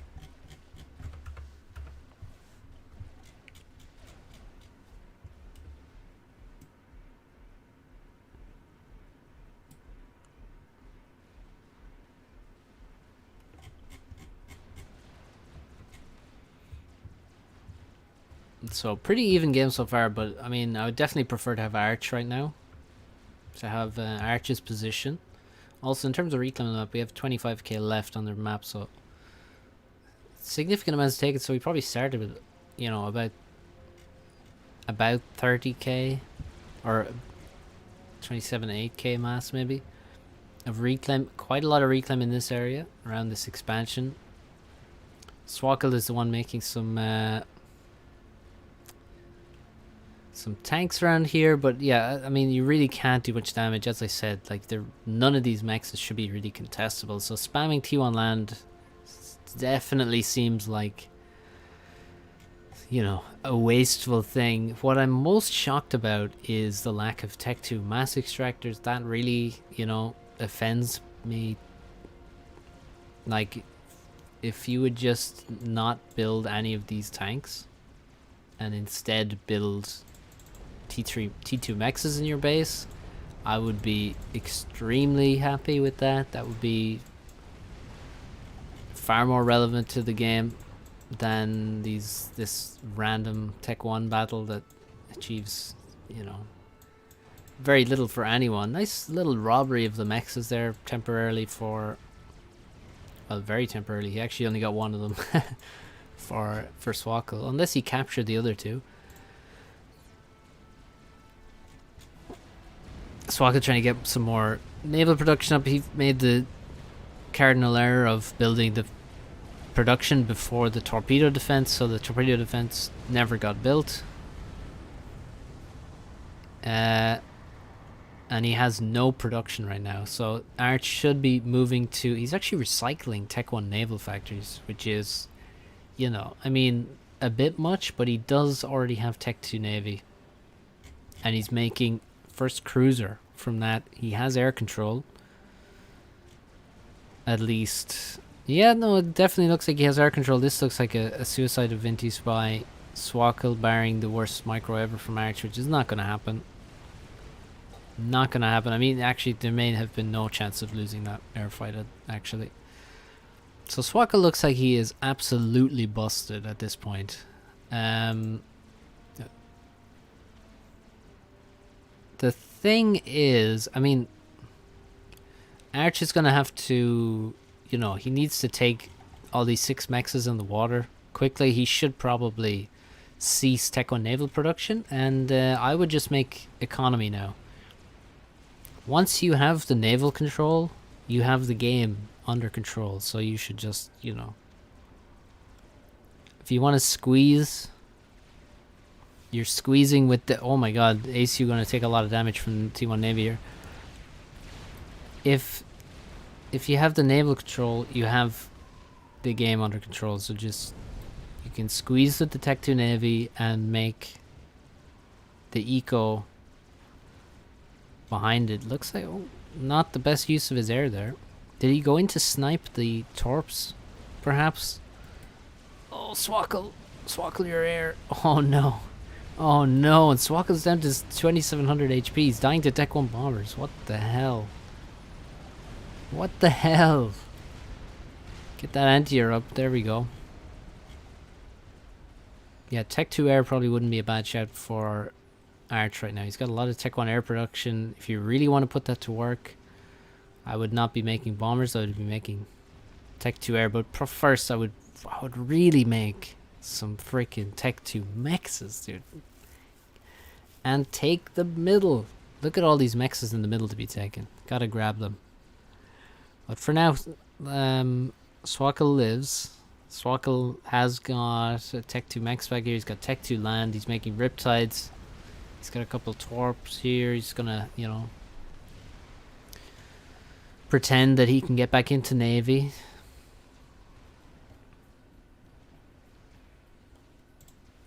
Both players basically equal on eco right now. Look at all the million orders that these engineers have. Interesting. So many engineers and so little of this reclaim over here grabbed. It's kind of, you know, inefficient to make that many engineers to grab reclaim, to be honest. Reclaim here to be grabbed. It's random Tech 1 stuff to be grabbed. Tech 1 bombers after these outlying mexes would be good. Still shocked. I don't know how this is still under Swako's control. But finally, Arch will take this.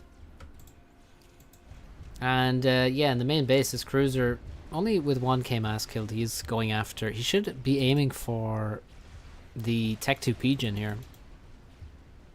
That should be the target, followed perhaps by... oh, look at that! Tech 2 artillery!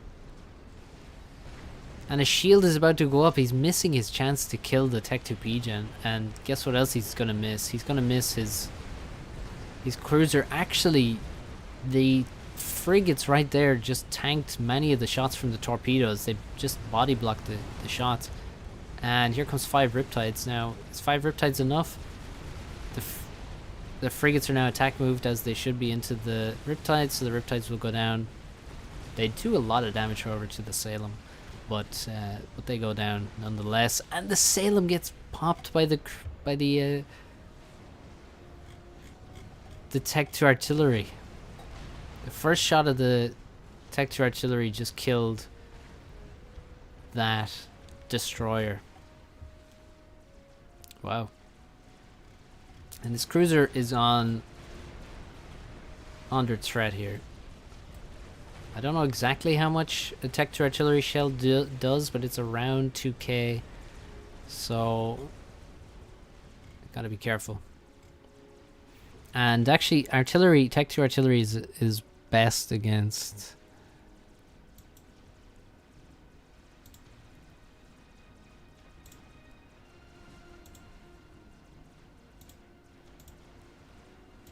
Great.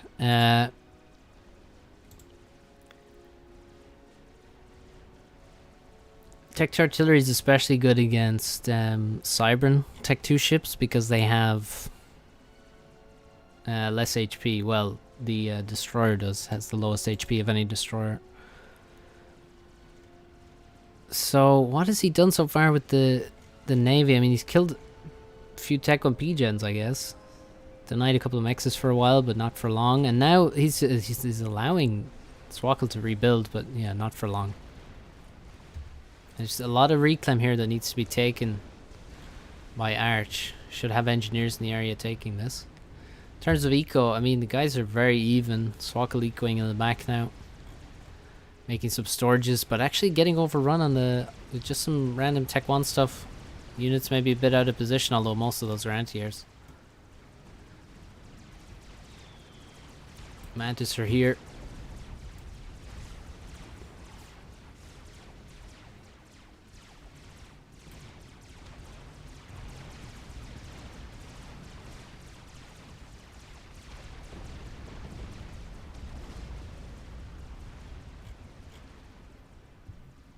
And there's now 3 Salems.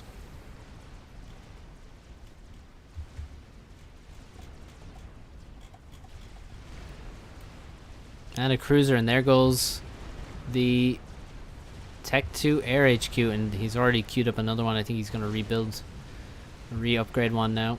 Salem's moving on to land. Oh, they're getting hit by the Clink Hammer. It's doing a lot of damage, but there's still 3 Salems here. He's aiming now for the Clink Hammer, I think. There goes that Salem, and now he decides to retreat. Just as the shield goes down, Arch decides to retreat from the Salems. That's Tech 2 PDs here, built by Sparkies. One goes down. The artillery is also moving in to attack the Salems. They're low HP. Oh, they're constantly transitioning between land and water here. Oh my god, that's terrible. He's lost all of the Salems there. There's another Salem walking across. Oh no.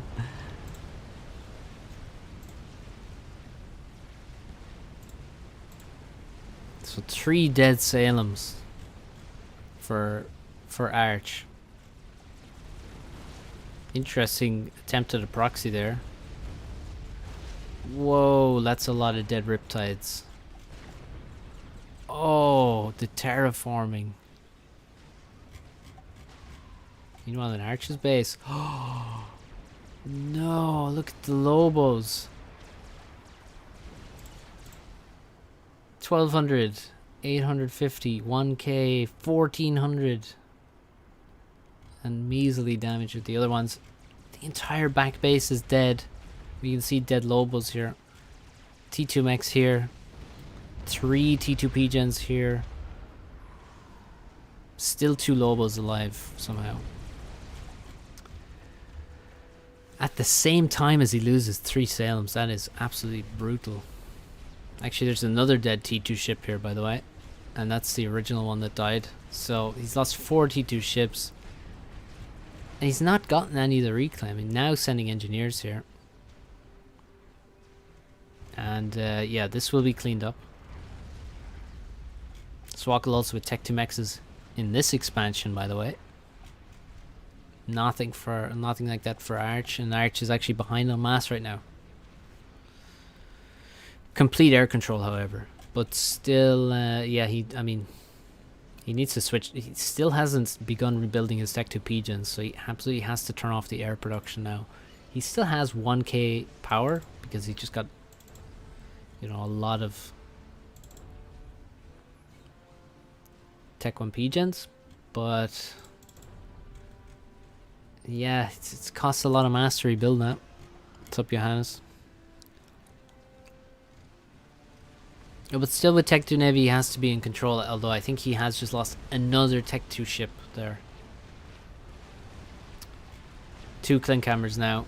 This one with 6,700 damage. Or mass killed. My god.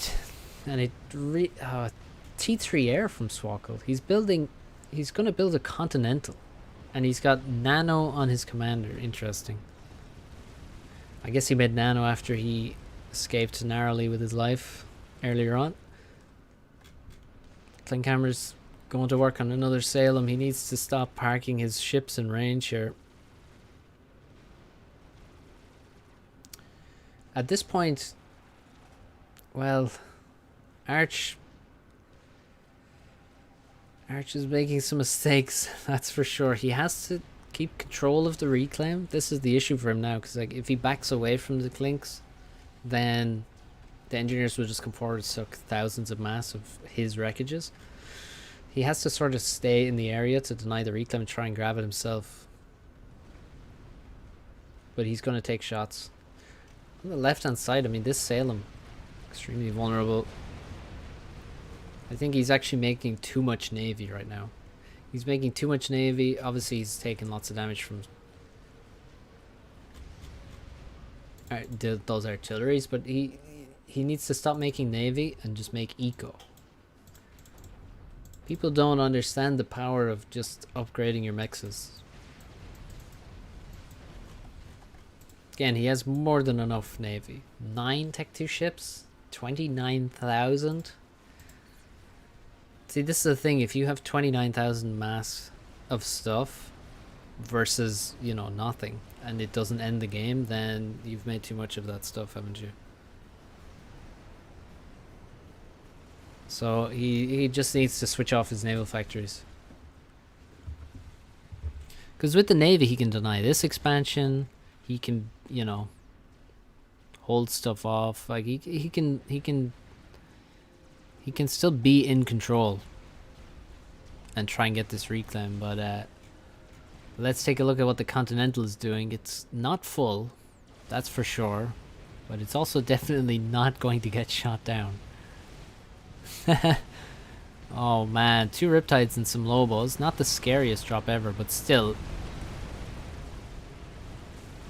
could do some damage. Actually, the bombers just do fantastically well. There's also a PD. His shield wouldn't go astray here, and he should really be on the way to Tech 3 Air, because guess what? We already saw that Swako had Tech 3 Air, and he's actually already got 2 P-gens as well. Whoa. Didn't expect him to have 2 P-gens that quickly, but that is very nice for him. And he's got 5.7k mass in the bank. He's got 3 Tech 3 mexes back here with virtually no defenses, I might add.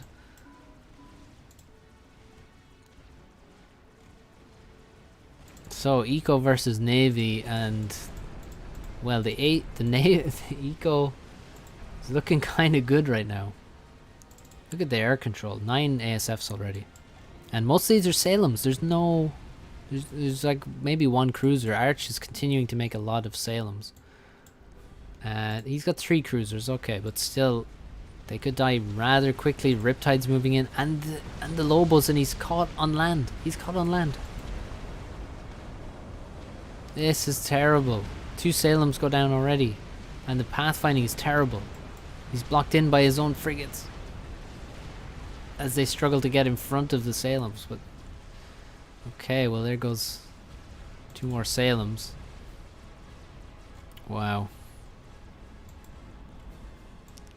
Corsairs and bombers coming in. Arch, I think, has spotted that there's just 3 Tech 3 mexes casually back here, and he's like, I have to kill these. And well, he might need more Corsairs than that, to be honest, because the ASFs are going to immediately come over here and just destroy these air units. And I don't think he's going to kill even 1 Tech 3 mex. He really shouldn't. Like, Swako's reacting a bit slowly. Even so, I think it will survive.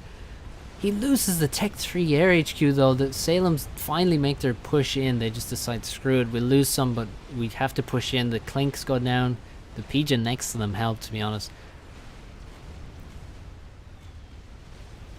No T3 Max goes down, but the fact that he's losing his whole base now is probably enough to make up for it. There goes the Tech 3 Pigeon after the HQ goes down. And he's aiming now for shields. Engineers are dropping as they try and build a Ravager. It's up Mark. And another Pigeon under attack. But the Salems are going down to Riptides.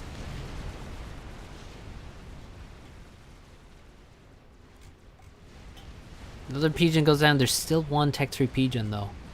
And the Salems are getting now bombed by Tech 1 bombers. They are going after the final Tech 3 Pigeon by the looks of it. Or maybe that Tech 3 factory. No, they're going for the Pigeon. Another Salem goes down. There's one left on a very, very low HP. And there it goes. All the Salems have died. And with one T3 Pigeon, he can still run a lot of stuff, but he's going to lose his naval, his land HQ. He eventually got there. And there's more Salems on the way.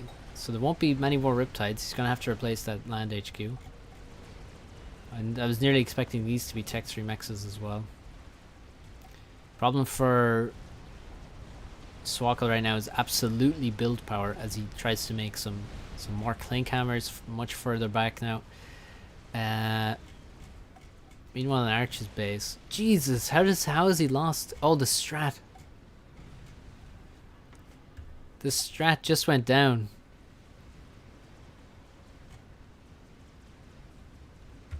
And Arch has lost all of his higher tech Pigeons and his one Tech 2 Mechs as well.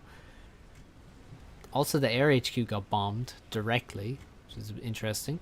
But now Arch is rushing up a Tech 3 Pigeon. He's just going to tank the stall and just go for the Tech 3 Pigeon, which is fair enough. He really should pause it. Pretty much everything except for that, but okay. He's also stopped naval production. Probably just to get the Pigeon up.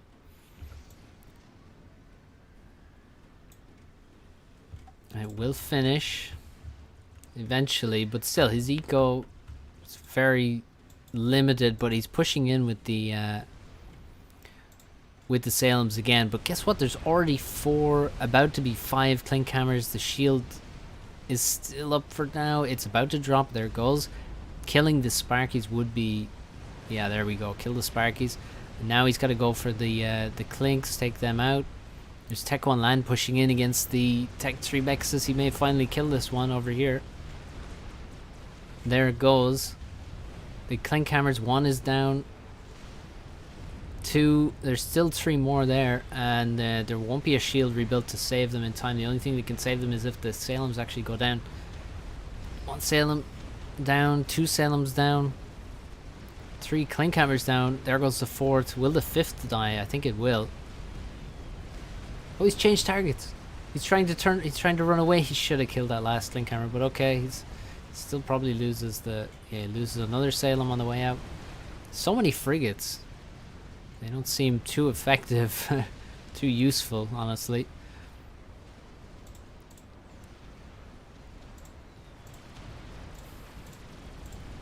And yeah, only one of the 3 Tech 3 Mexes goes down over here. And once again, all the Salems have died.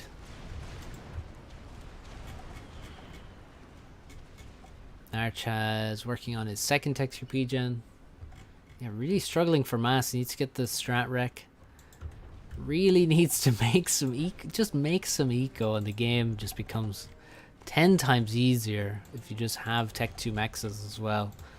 Can't afford to stall minus 200 mass, of course, as you're doing it. But that's a separate issue. Simply clicking the upgrade button is already an improvement. So much reclaim, and none of it is really available to Arch. Very little of it, rather. Mostly it's in that strat wreck for him.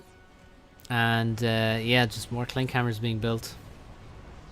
Survival mode, and still no... He needs Where? What? Oh, he has built an air HQ. I was like, how is he building ASF? He has built an air HQ all the way back here. That's another strap bomber.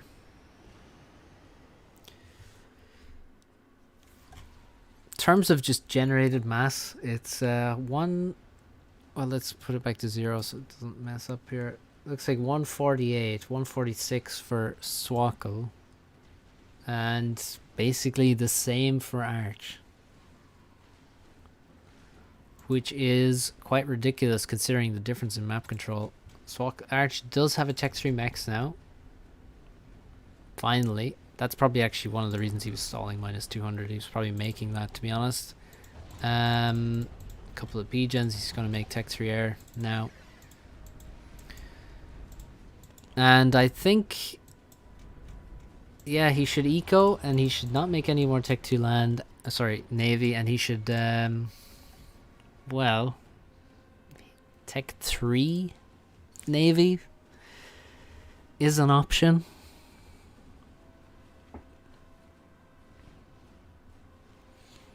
Also, Tech 3 land is an option, I will say. Tech 3 land plus air. And simply keep your navy around as is to hold on to all the map control. But it all starts with making some eco in my book.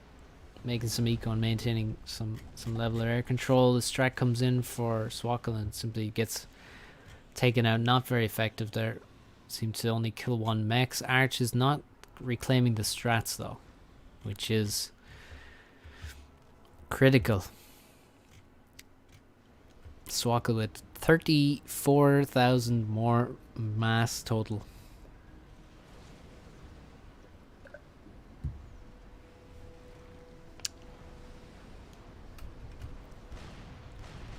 That's a lot of clink hammers.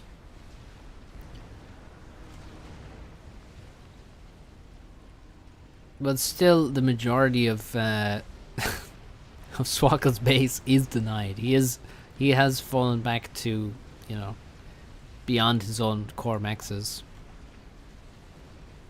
to avoid the Tech 2 naval encroachment. Now, if Arch can actually get through here and kill all these Tech 3 mexes, I think he wins the game from there for sure. Like, there really shouldn't be an argument. But then I do see that Swako has yet more Tech 3 mexes. Speaking of killing and expansion that I was talking about, on the opposite side, that's exactly what Swako has done with another artillery drop. What transport dropped this? It was a continental drop into the corner, and those mechs go down. He's actually killing. He's killing ASF with Lobo. Oh, it can always get worse, can't it? It just can always get worse. Now the upside is Tech 3 mexes from Arch. That's good stuff.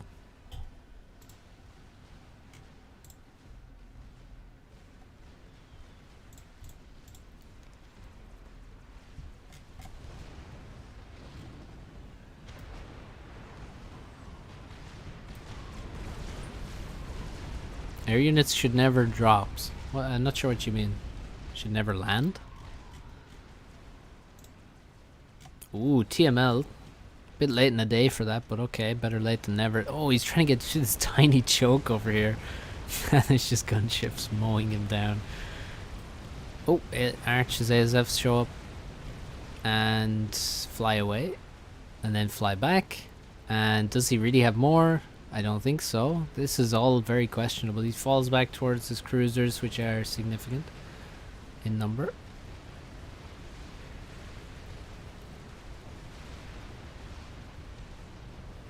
Nice. Very nice air win by Arch there. Used the cruisers pretty well. Retreated to them, and as he reached them, turned back around because he knew that Swako would turn around at that point, not wanting to follow into cruisers and automatically losing. So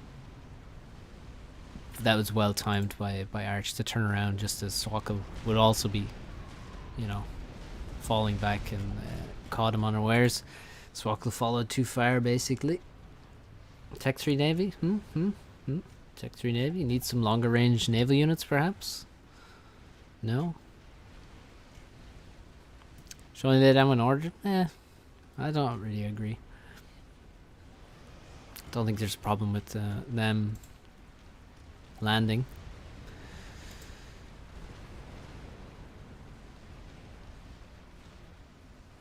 Sapasu, who's winning? Are you winning, son? Well, you know, in terms of total mass, Swako has more. In terms of map control, Arch has more. In terms of generated mass right now, Arch has more. In terms of air, Arch has more. In terms of navy, Arch has more. In terms of land, Arch has more. In terms of nukes loaded, Swako will have more. In terms of nuke defense loaded, looks pretty even to me.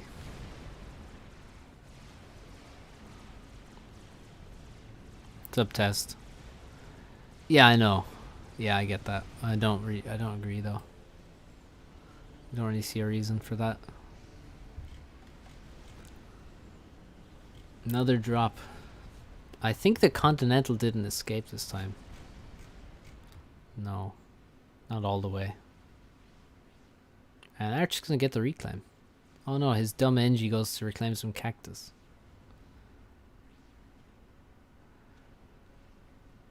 What? Someone sack this guy. This Engie needs to be control K'd, because he absolutely is failing in his duty. Oh god.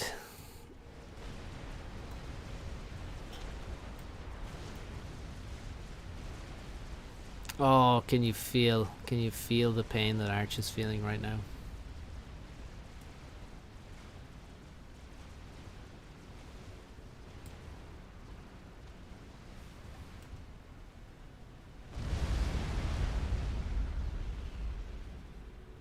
No one can.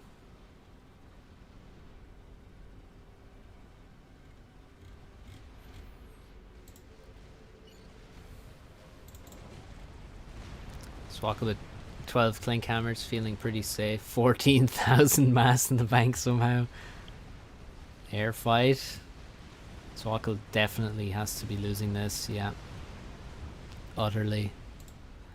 Arch with 400 power income.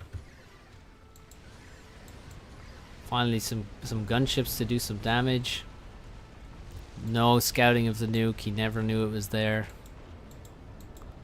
Until he heard those fateful words. Strategic launch detected.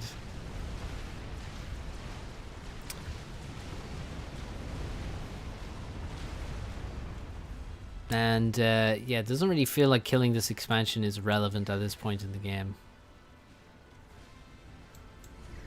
Don't think it's gonna allow him to win. Don't think it's really going to contribute to a win either. I think the only thing he can do at this point is throw everything at Swako, which means probably suiciding all his Salems into Clinkhammers. That's his army now. It's these gunships, these 4 gunships, and all these Salems, which are pretty numerous. 12 Salems is nothing to be sniffed at. Killing these random Tech 2 Mexes, absolutely irrelevant. And that's a huge amount of SAMs. Remember when we saw Swako at 15k mass in the bank? Well, I guess he has spent some of that now. Yeah. Probably into SAMs, I guess. And another nuke, guess what? Already almost loaded. That's just insult to injury over there.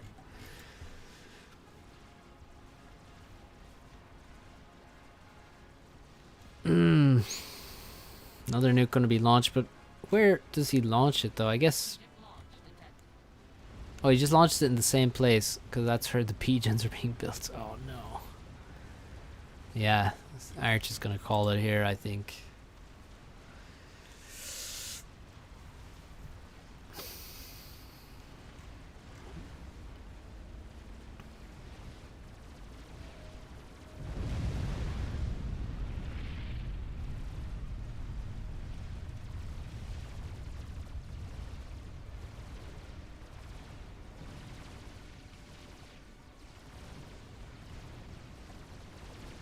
T2 gunship versus T3 gunship. Simple victory for the whaler. And at this point I'm not even sure why Arch is still in the game.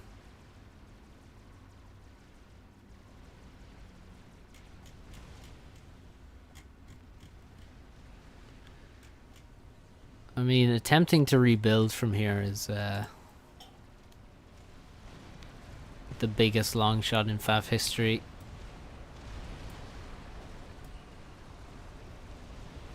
What a base from Swako. I mean, you know what I put this down to, guys? I put it down to not ecoing. Why aren't you ecoing?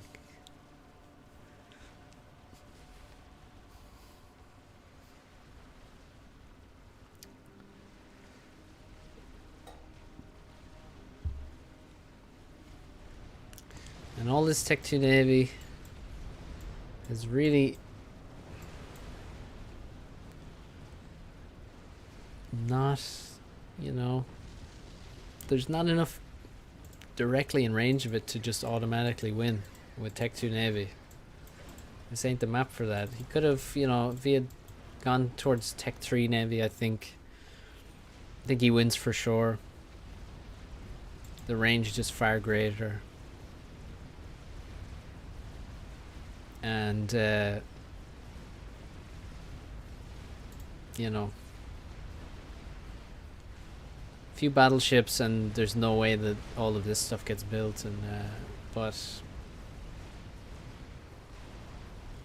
yeah, Salem's and cruisers just didn't cut it. Arch now under attack from gunships. I expect, you know, I mean, Swako could just actually nuke this position. I mean, there's actually very little navy left now. So he's ran it in desperation into the clinks. Swako could just make some torps or even use T3 gunships to clean up this mess, and then torpedo the ACU. Oh my god. Oh my god. He just dropped a Continental of Lobos and sniped an SMD. I'm surprised Arch was even able to rebuild this much stuff, and guess what? It just instantly dies to Lobos. Come on. Well, I mean, I can't even be mad. Because really, Arch shouldn't be... This shouldn't have happened to Arch, because he should have already resigned. There goes another attempted PGen build. And his Tech 3 Mex and Tech 3 RHQ is now going to die. This is what Denial looks like in its purest form. It's like highly refined. Nice nice archer drop from Swako there. Skillfully dodges his own nuke. Beautiful, and then scouts the next PGen that will be built so that more Lobos can be dropped on it. Stop, he's already dead. That's sadness right there.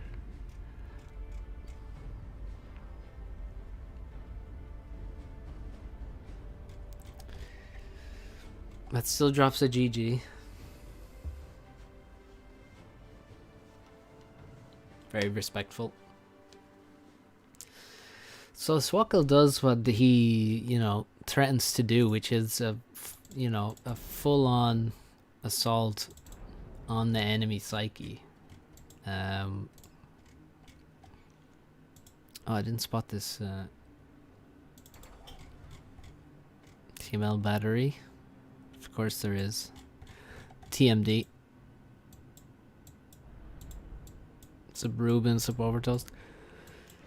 Yeah, well played to Swako.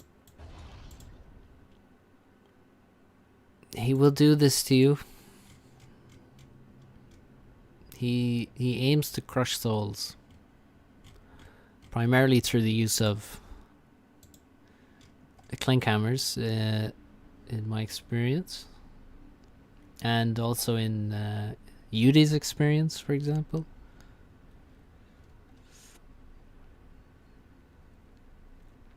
It's rather effective, backed up by superior numbers of Tech 3 mexes. And yeah, Arch just made a lot of strategic errors there, honestly. Needed to play for a longer game, given the layout of the map. And that's 2-0 to Swako.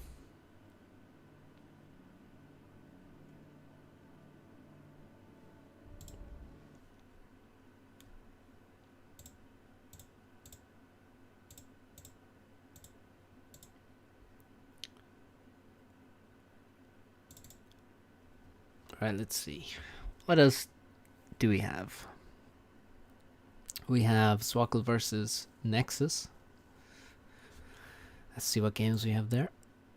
Thanks, Marco.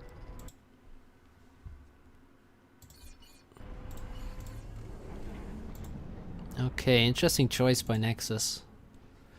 As the higher seed, he gets to choose the first map, and he chooses Desert Joust. So, main feature of this map is tons of reclaim.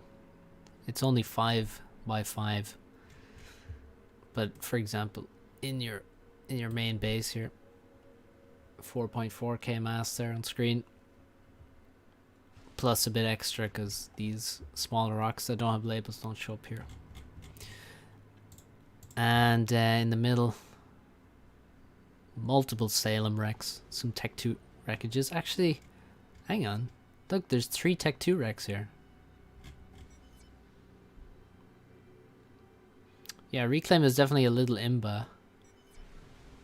It's not, because it's not a mirrored map, actually. I don't think this is a GPG map. Is it, actually? I'm not sure if this is just an old map or it's actually a GPG map. I would expect it's... I don't think it looks good enough to be a GPG map, maybe.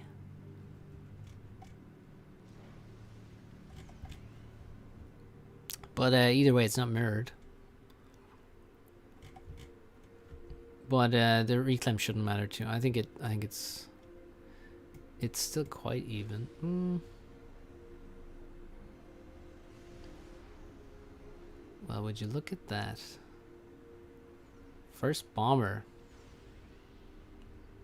Maybe there's more reclaim in this base, actually. Gotta get the judges to look into this. The maps team, maybe. First bomber from Swako. It is definitely viable on this map, but usually you need some better micro than that. No! You know what happened there? This terrain messed with the bomber's passing. And this feels like exactly what happened to me when I tried first bomber last time on this map. I absolutely failed to drop at all. And I'm pretty sure it's the mountains. So with the mountains, the bombers raise and lower their elevation. So like now it's ascending and then it's going to descend. And that's going to mess with how it can drop bombs. So that's basically an utter fail, and you could potentially control K here. I mean, against Nexus you could. Against a lesser player, honestly, with this much mass on the map, it's possible to outplay people heavily. But it's not possible to outplay Nexus that heavily in 99.9% of cases after you've made first bomber and dropped literally 0 bombs. He now attempts to ground fire mechs, which has not been built yet.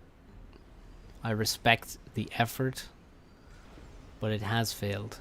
And Nexus now has an Inti, but it's not flying towards the bomber yet. Now it is. And the bomber will end with... oh!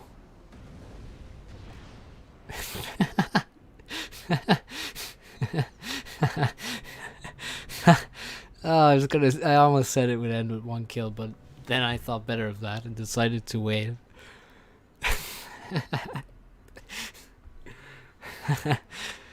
Oh.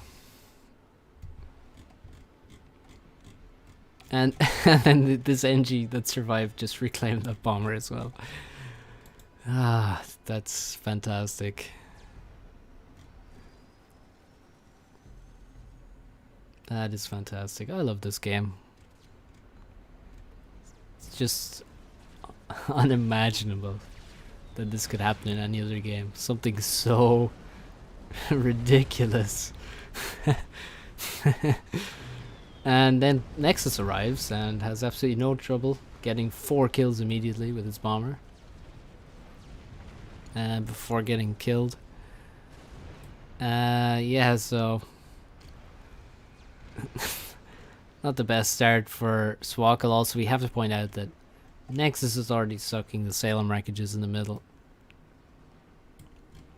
And Swako had to stop by somewhere to grab a Tech 2 wreckage here before moving on. So Nexus actually decides, oh, no, I thought he was going to move over to the other wreckage and maybe leave this for another NG or something, but he will likely get some of the other Salem wreckage as well. Now, overall, that's a very nice tank there, killing that NG as Nexus tries to expand to the corner. And Nexus a little bit idle, so he won't get too much of the reclaim. Well, actually, he will get a decent amount. You can see the progress bar here that'll show us. This doesn't change in real time. But yeah, Swako got about maybe a quarter of the reclaim before they started sharing.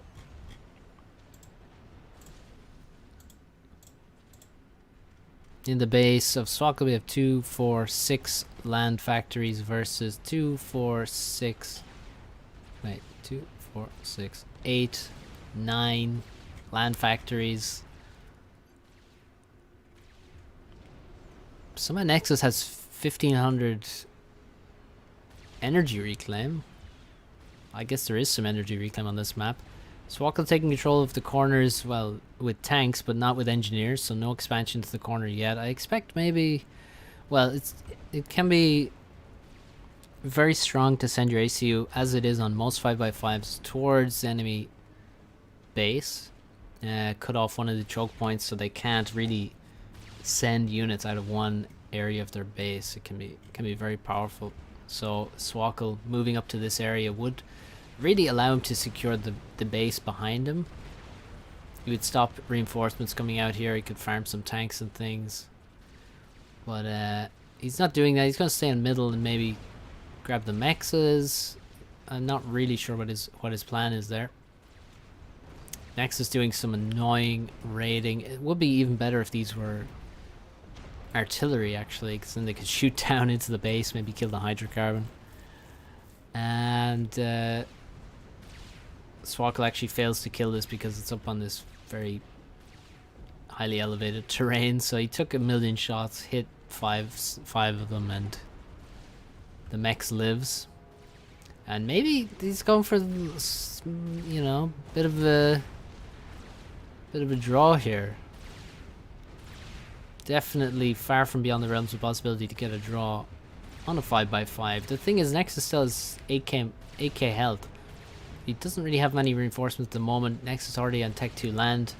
Of course, given there's so much mass here, you can afford these kind of investments, especially when you have a lead given to you by one of the greatest fails of a Tech 1 bomber ever seen. Nexus down to 6k. I mean, Swako has to shoot him for quite a long time before he's down into drawable territory. Overcharge into a pillar there, and Nexus in no real danger of being drawn there. 5k HP and Swako running out of units. Swako's still reasonably healthy, but he's got pillars to deal with, and he's not going to have a great deal of overcharges to deal with them. So there goes another one. Nice. Holy shit. How do I deal with these spam bots?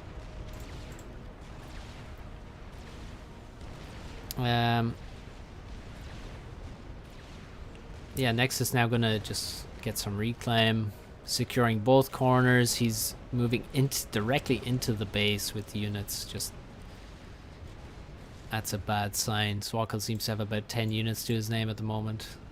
20 in fact. No Tech 2 land. No upgraded mexes, no corner control. Nexus will soon start reclaiming into these corners as well, and getting some support factories, no doubt. Kind of surprised he has no support factories yet. Maybe he expects the game to end before it's too relevant. I mean, if you literally can run units into your opponent's base, in a pretty good spot. Total air control as well.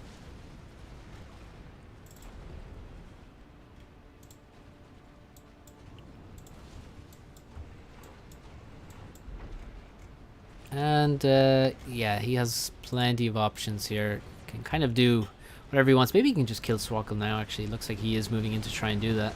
Swako down to 4k. 3k, and he can't deal with these pillars. Unless you could overcharge them all at once, I think. Yeah. Well, one of the saddest openings in FAV history on display there. Total of 1 drop on the first bomber, leaving a single engineer on 3 HP, acquiring no kills and leaving Swako with severe psychological damage. Let's see how he handles it in game 2.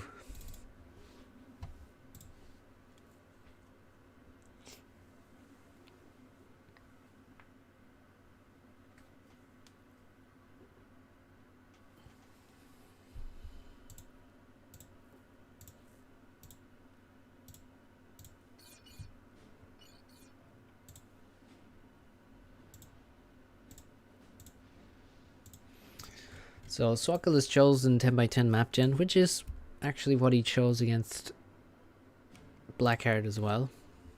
So he seems to favor this particular size of map gen.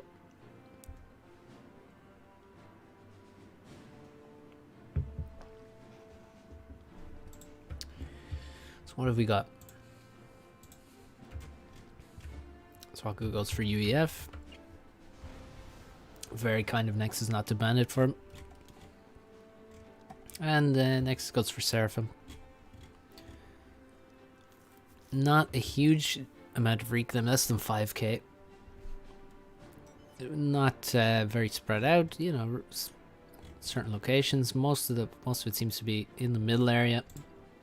And well, the 2 expansion bases are in the middle area as well. Quite interesting. So we've got... Is there a way up to here? Is this... This looks... Ah, okay. So you can actually... This is interesting because you can't... I don't think you can get land units past there. However, you can just send an engineer around and up onto here. So you don't need to drop this, which is nice. You don't need to drop anything. There is a civilian base defended by PDs on the bottom and on the top. So a little bit of reclaim there as well additionally. And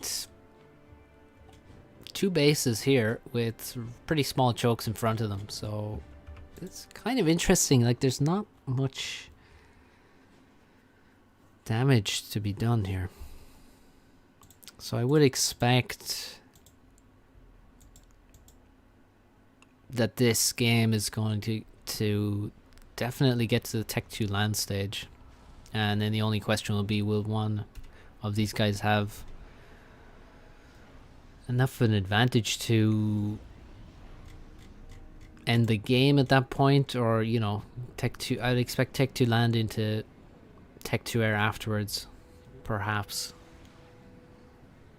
But I can't imagine Tech 1 spam ending this game. Not with this layout. It's just not enough places to attack. Very risky here. Like, how do you not defend your main engineer? That's like, this is the most important engineer you'll make in the whole game, and it's not defended. That shocks me. I don't understand this thought process, but okay. 2 land factories, air factory. So actually Nexus behind in terms of factories already. which you don't say too often. And this looks like a very good attack. Now, I mean, this... I have to point out that this attack is made possible because he didn't defend his most important engineer. So, you know... Also, he better kill that NG because it's getting away. It's going to run to the water where it's not going to be able to be killed. Smart move by Nexus to run there. He should probably run, you know, closer to the cliff edge so he's really out of range. But that's a good move by Nexus. And actually a mistake by Swako to allow that NG to live. Because now, yeah, look, he's just going to exit. Oh, wait, is he? Thanks for coming back. Oh. No, he's leaving again. I hear a bomber. Bomber kills this engineer in mid, denies the factory that was almost completed. So that's a nice kill, and these tanks are gonna be cleaned up. The bomber only gets the one kill and goes down. This engineer under threat from this bomber. Is that an auto dodge? That was like a mix of an auto dodge and a real dodge. And he's going to have to keep dodging. Nice dodge by Swako there. Good stuff. Oh my god. That's unlucky, honestly. That's unlucky. He really only just caught the edge of the NG even so at the end. Like, it's a bit sad for Swako there. But, you know, these things happen, I guess. Ouch. And whoa, Swako just being really aggressive, just walking directly into Nexus' face with his commander with no units in support. And guess what? He has to immediately retreat. Well, who could have predicted that he would meet an ACU there? As you can see, Nexus sending most of his units to the sides. Very surprising that he doesn't have one Zooey. Maybe he lost the Zooey at some point and he did build one. But, I mean, he absolutely needs a Zooey here to take out the PDs. And then grab the civilian reclaim. Auto dodge mod, no. What I mean by an auto dodge is, like, say that engineer was going to build a mechs. So it walks to the bomber is targeted the NG. The NG's walking to the mechs. And the NG stops to build the mechs. And at the same point, the bomber launches the bomb, but just before the engineer stops. So the bomber misses, but you didn't, you know, try to dodge. You just dodged because the engineer stopped to build the mass extractor. That's what I meant by auto dodge. Not that there's a mod that dodges for you, that players use. So here's my worry on the bottom side. Is Swako killing the PDs and then going to allow Nexus to take the reclaim? Because that's what it looks like. Oh, another NG goes down. Because, yeah, he doesn't have enough units here to actually... Oh, he's actually lost air now. Swako loses all of his inties.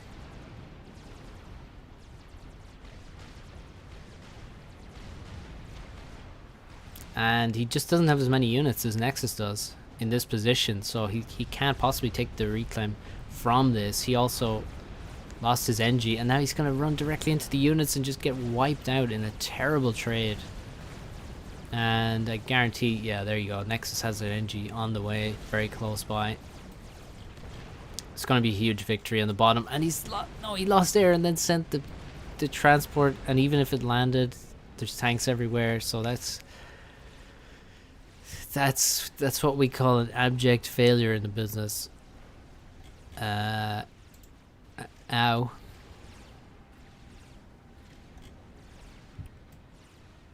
Topside looking a little bit more even, but Nexus has managed to get a factory up. He's going to produce some units from that. The units looking pretty even in unit count, and he's going to try and also get a PD up. So The only question is, can Swako make something happen? But he's actually lost more HP than Nexus has, which I guess, honestly, shouldn't be surprising considering he's in Nexus territory. And just Nexus is simply winning on all fronts here, despite the fact that Swako has more mass. Well, what can you say? What can you say except the difference between players, honestly, some people think it's like it's all about the macro is the difference, but like the way people use units, some of the decision making is it's actually more important in many games.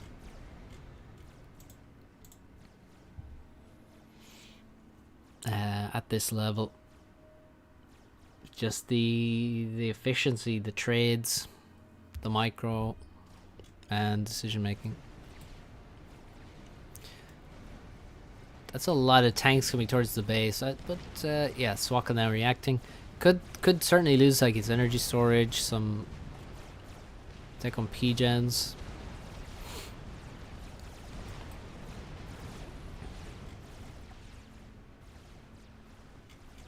And Nexus gonna lose some units to the PD. Ow.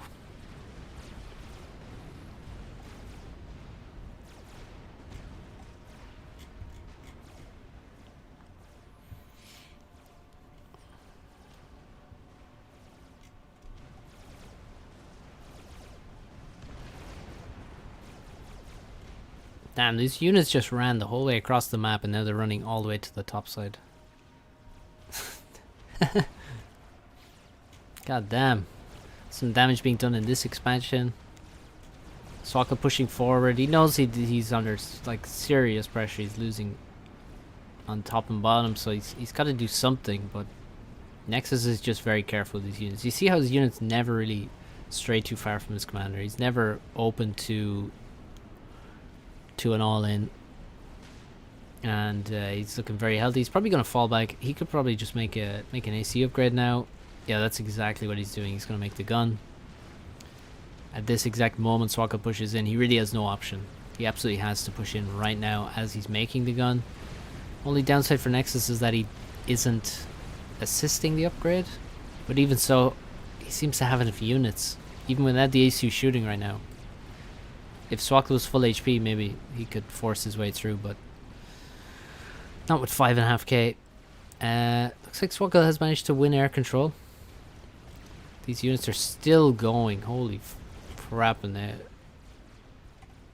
killed Tech 1 P-gens. Are finally getting killed now. Swako now running away as Nexus brings in some assistance on his commander. He's going to finish the gun. And it's so hard to play these games where like Swako feels like he probably didn't even do much wrong, except like maybe losing this transport, and yet he's just getting beaten like in many different positions. It's pretty tough. You're like, where can I get the advantage from? Now, maybe as Nexus makes some transitions, or maybe invested a lot of spam into the center, he has given up on the sides a little bit, but actually managed to stop the push here and stop the bleeding. And it looks like Swako won't get past this PD here. There's no artillery. Well, there's one Lobo, but units coming in. Nexus probably has mass in the bank. Oh no, not at all actually. Does have one Tech 2 mechs. Doesn't want to go Tech 2 land. Just wants to keep spamming and push in with the gun commander. He can be pretty confident that there's not like a snipe waiting for him, because he can see what's being invested. He knows there's units pushed here, units pushed here. He knows the ACU. Well, Swako has managed to get a gun of his own, so this actually gets a little bit dangerous in terms of, well, drawing territory. Nexus Really needs a vet to make sure he definitely does not get drawn here, actually. And he's very close to a draw. He's very close to a vet as well. Oof. He was about 100 HP from a draw there because he only vetted after the ACU kill. Now he was down to 2600. I definitely saw 2600 on my screen. So Swako nearly got the draw there. He did well to get the gun up. Nexus made a mistake, I guess, quick switching to the ACU a bit too soon because he still only had like 70 mass to kill to get the vet. He probably should have done that, but still in the end he just barely managed to not get drawn. Maybe he was a bit over aggressive there, pushing in. You can see Swako didn't invest in any economy, and well, Nexus. Well, he only made one Tech 1P, Tech 2 max, but still, just barely avoids the draw there. Gets the 2-0.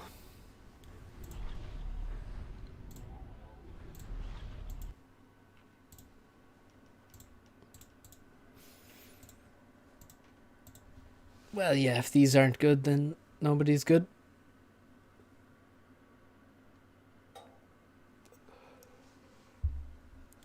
I mean, we've been watching like Nexus and Blackheart, so I don't know.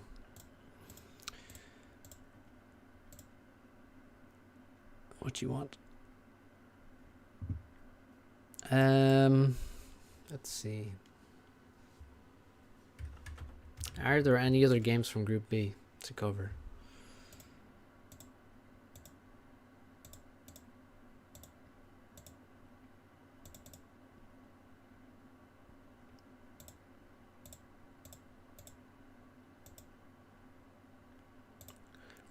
Looks like there are.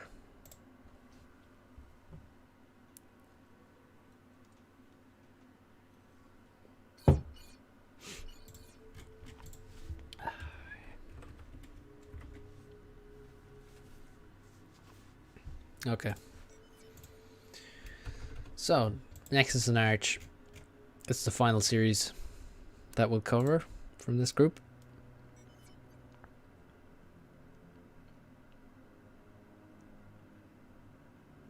So,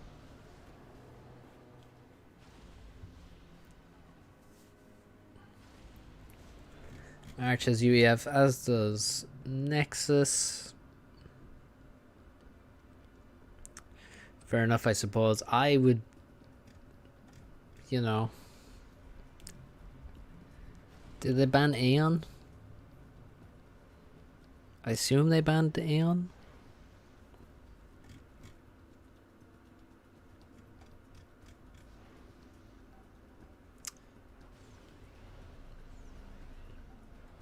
Like, if you could have Aeon against UEF, that would be the, in my opinion, the best matchup you could get as the Aeon player.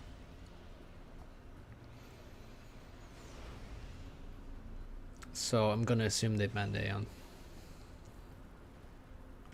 Scout into the base by Arch, looking to see what the second factory was. I don't think he saw it. Well, he saw the decal on the ground there, so he didn't really get into the base to make sure, but yeah, it's third air from Arch. See, his build is not great. They should not have a full E-bar at this point in the game. You really shouldn't. Like, if you look at Nexus, this is what your eco bar should look like. Essentially, well, small stall on mass is not great, but it's okay. It's short term.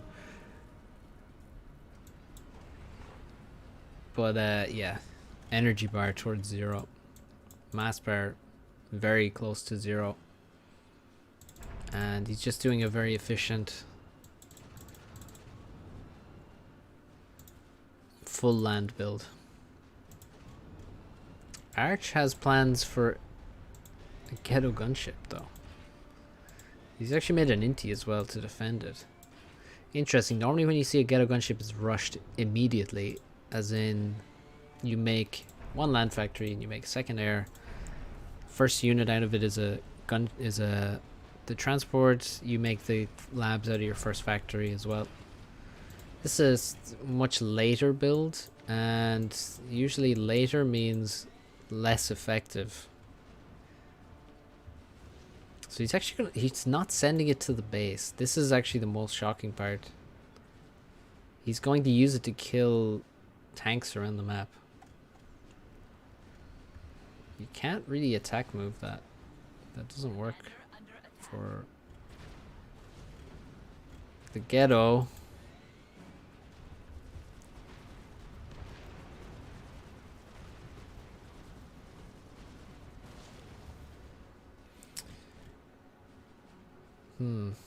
Yeah, so normally what you do with the ghetto, you head straight to the main base. And this is actually, well, it's the case for a lot of air units. You head straight to the main base. Because the main base is where the anti-air is going to be produced from. So you go to the main base, do what damage you can. Once the anti-air is produced there, you leave. And then kill things on the outskirts. So yeah, I guess, I mean, look, he's going to kill quite a few tanks, I guess. He needs to really micro this very carefully, which he's not been doing, honestly.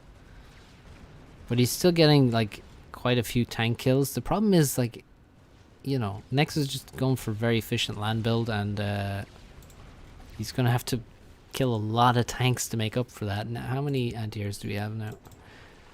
5, like, perfectly spread across the map. I mean, one anti-air will die very quickly to a gunship. You can see Nexus trying to kite away from the gunship, but just obviously runs him down. Oh, look at this, he's circle dodging. So Nexus dodging the lab fire with the anti-air, which is quite nice. And also he's lost one of the labs on board. I think it got shot by the anti-air and killed while on board, which is kind of funny. Could actually use the ghetto to attack the ACU. Nice kills here. Oh, he's gonna lose it. One of the shots hits the lab there. Oh, it's so nearly dropped. I mean, if it dropped anyway, it might have killed one more tank or something. But it does go down. It got a decent few kills. Not a bad attempt by Arch, but, well, I don't think he used that correctly, honestly. He still should head towards the main base. Try and, you know, kill as much stuff there and then move on. Or at least just attack into the enemy expansions. Cleaning up tanks on your side of the map is probably not impactful enough, given the investment. Another option is, like, going for 2 ghettos and then trying to walk down the ACU. That would be peak faff right there. Just really go all in on it, because Nexus is still not made air, which is, like, he shouldn't really get away with that, honestly. He's really gotten away with that. He's made 7 anti-airs, big whoop. Well, he has made static one here, which, you know, fair enough. I think that's a good decision, given he has no air. But he's really gotten away with having no air. Like, he should have taken a lot more damage in return for that. He had to take more damage in return for that, for this to be an even game. At the moment, he's just in a very comfortable lead.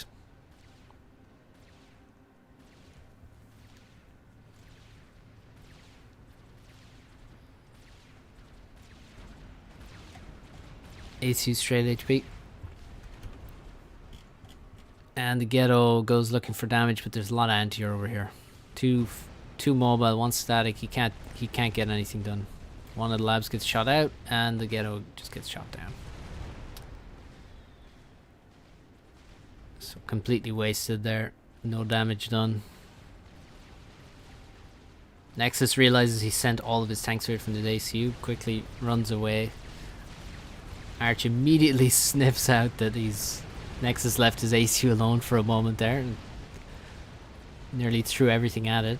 But no, the units are here and Nexus is pretty safe once again. He's just gonna back up a little bit.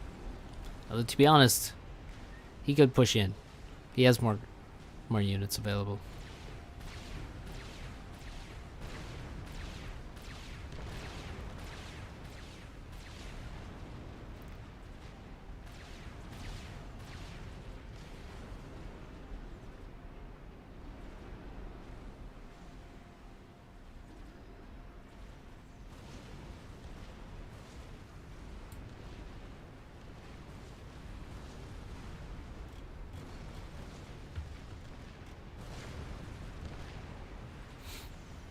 So that's a very low health transport.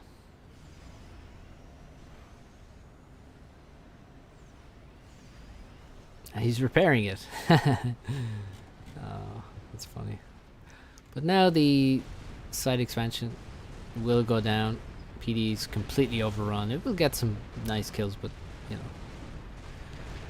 it's not going to save the expansion. That's for sure. And Nexus actually has Tech 2 land. Okay. And some of his own air. More random ghettos. They're really not... They have not been effective. They're not being defended. They're not, you know, attacking the right areas. There's just not much damage to be done, but the anti-air spread around. And now inties. And I think Arch is about to die, actually. Looking at his positioning, he is looking almost surrounded. Almost. And his units lagging quite far behind. And yeah, that looks like his time on this planet is coming to an end.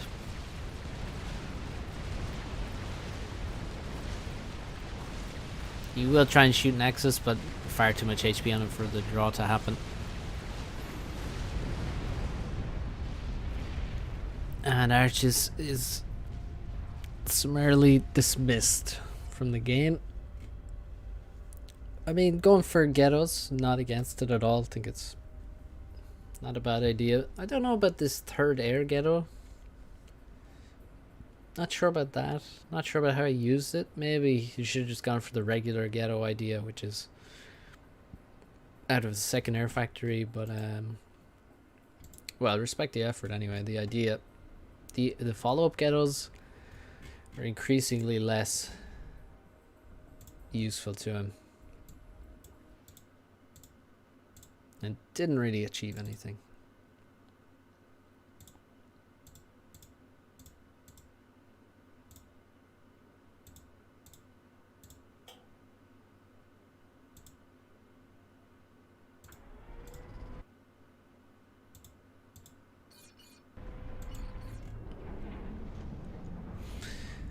And now, that previous map was Cobalt Valley, that was Nexus pick, and now we have Arch's pick. Interesting pick for Arch, honestly. A little bit surprised he went for this. I would have expected him to go for something more in his comfort zone. A 5x5 like this doesn't strike me as his comfort zone. But maybe he has an idea for it. Maybe he has something in mind that he's planned and prepared. I mean, the previous map seemed prepared to some degree as well.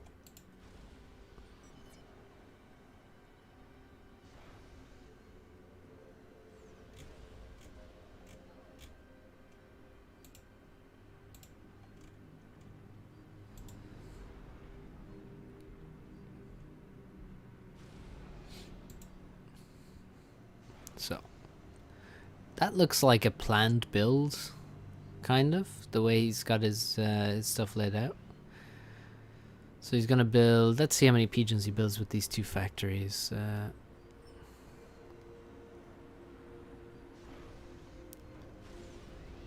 So the mexes, hydro, 3 pigeons, followed by 2 factories, followed by all of these pigeons. He's gonna park his NGs in here and build all of these quite efficiently.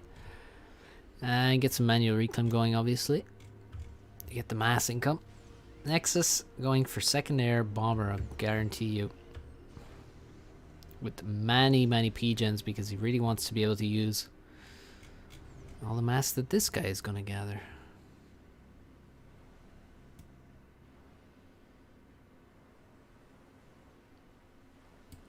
Damn, they leave a big trail of dirt there. So yeah, Nexus doing what he does, which is, you know, front load the power and then build the factories afterwards once he has the power production he needs. Lab coming in to attack this position. Looks like he's definitely going to pick up one engineer kill at least. And this scout here, the Snoop, is to spot any bombers, I think, coming forward.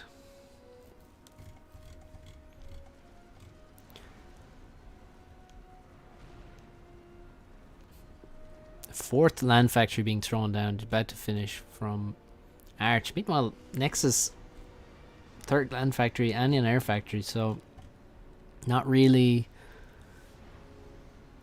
too much of an advantage for Arch there. I mean, in terms of land, in terms of factories built. But yeah, he has got a bit more mass. He's reclaimed a bit more, but I don't think he's really spent more. Scorcher coming in. The lab has actually managed to get 2 kills. This mech marine doing God's work. And the bomber from Nexus comes in, takes out a tank and an engineer. Quick turnaround. Drops his payload once again. 4 bombs land on the very closely packed power. And that's an engineer that goes down. One that had already been damaged. Oh no. Perhaps it hadn't. Where's the bomber? Oh, he's being microed. As he takes aim at this engineer but fails to drop. And then another quick turn aims to drop once again on... Well, that was a bit of a fail. He does get close to killing his pigeon. Kills the unit inside the factory. Goes for the power once again. How many pigeons does he kill? Oh. 6 pigeons go down. This is not how you build pigeons in a 5x5 map. And this map is, you know, it's very common to make bombers on this map, guys. It's very common to make bombers on this map. 5 anti-airs is well built and he lost 6 pigeons. He lost orders being off map. Yeah, I think you're right. But then, I mean, it shouldn't turn to the left. I think he did lose orders. You're probably right there. But I think he did micro it to try and kill this guy and then failed. But I think you are right. Oh man, 6 pigeons. And they're UEF pigeons. Like, 6 UEF pigeons die. God damn it. 1 bomber in each corner. This bomber over here has 2 kills. What looks to be engineer kills as well. Arch with 21 land units, full mass bar. Hello Salem. 14 tanks right now. 15. 26 tanks for Nexus and 4 bombers. Bombers out the wazoo. Not daring to go near the base because there's just too many. Oh, bombs his own tank. That's a bit unfortunate.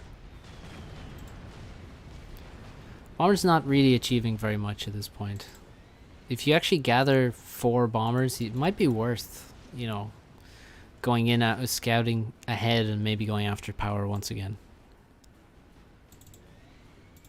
Even if one gets shot down, you can kill a group of pigeons. Look, he's built them all again in the same position. You can kill 6 more and or potentially drop on this group of NGs or this group. But now there's inties, or at least 1 intie out. It's killed a bomber so far, and it's got a mission to kill some more. There goes 2.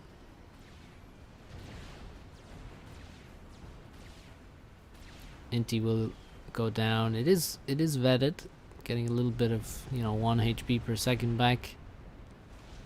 Actually took out an intie there and survived, so nice. Other bombers over here. Tanks should be able to kill the NGs. Two NGs over here. Got a couple of mexes and PD on the way. Mountain, thanks for the $10 super chat. He says, who is favorite to win LotS?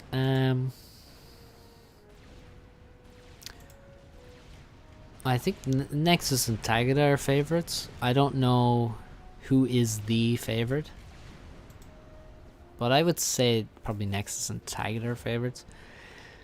Nexus is on the easier side of the draw, so given that, I would say actually probably Nexus, because like Tagada has much more opportunity to get knocked out in the quarters and semis. Look at how many NGs he has building. Holy shit. And he still has mass in the bank. I will post the challenge if people are interested.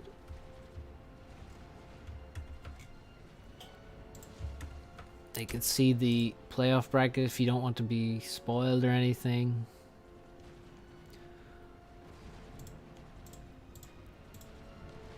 But yeah, I would say if you ignore the bracket, probably it's Nexus and Tagada who are who would have equal chances.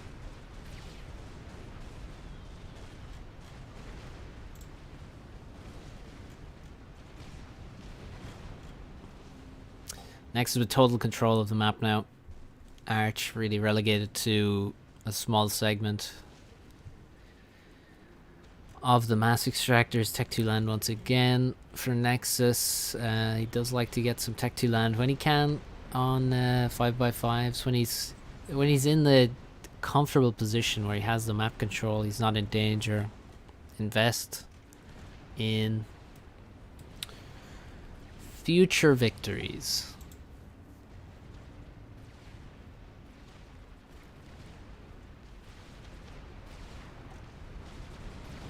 He will finish off this factory. Arch trying to make some kills happen here, but the terrain not helping him. But yeah, it's looking pretty bad for Arch. Not much of a way back here. He is spamming Tech 1 bombers, however, and we know what that means. The dreaded Tech 1 bomber snipe is going to be attempted. As Nexus steps forward, he needs to build up a few more bombers than this. It's very good that he has this many engineers in the base. If he had even a few more, it'd be better, but he can't spam bombers very quickly like this. And Nexus is going deep, so Nexus is giving him a chance here. The question is, will the bombers hit him? Well, some of them will. Some of them will. Will Arch just die before the bombers can do it? Nexus now dodging pretty expertly, honestly. Look at that. Took very little damage from the second pass. The first pass did a few thousand. The third pass almost entirely dodged. He does take some volleys at the end. But actually, Arch has completely survived. Nexus is the one who's run out of units, and the units are heading towards him. So Tech 1 units heading towards his ACU. He's not dodging anymore, he's just running. 3,200. 2,800. What the hell is going on? He's almost got a vet, though. He's down below 2,000 HP. The anti-airs are here. The bombers are surely dying. Yeah, there's virtually no bombers left. He's up to 3,000 health again, thanks to veterancy. And there's not many tanks left. T1 PDs and T1 anti-airs constructed. Arch's ACU not able to reach Nexus at all. And the pillars are surrounding him. Any overcharges going? Not a one. And Nexus escapes. Arch will not be so lucky. And he control Ks before waiting for the dust to settle on the series.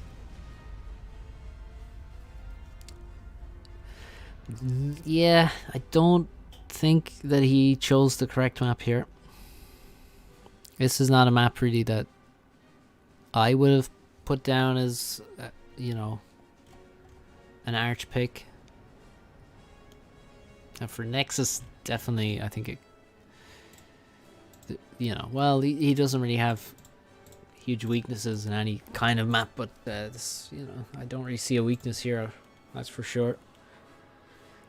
And yeah, he defeats Arch 2-0 as would be expected, but there's some very close moments there. Especially right there at the end. Not so much on Cobalt Valley. Now, let me see if I've missed any games. I don't think I've missed any games from Group B.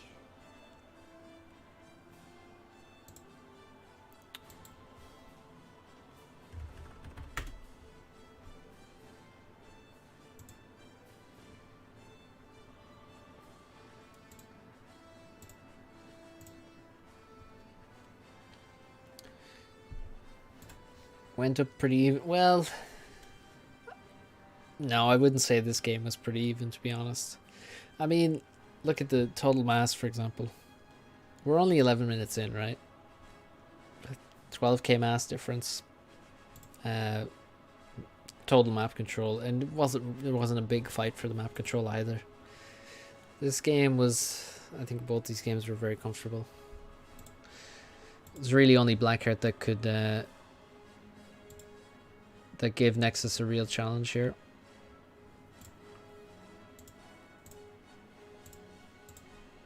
And yeah, we have covered all the Group B games. So that's Group A and B covered. So we'll end the stream here. Thank you all for watching. Thanks Mountain for the dono. Good to see you around. And yeah, thanks for tuning in. I'll see you soon. We will cover some more games, and don't forget on Saturday is the playoff stage. You can check the bracket in on the challenge if you wish. So, thanks for watching, guys. And I'll see you next time.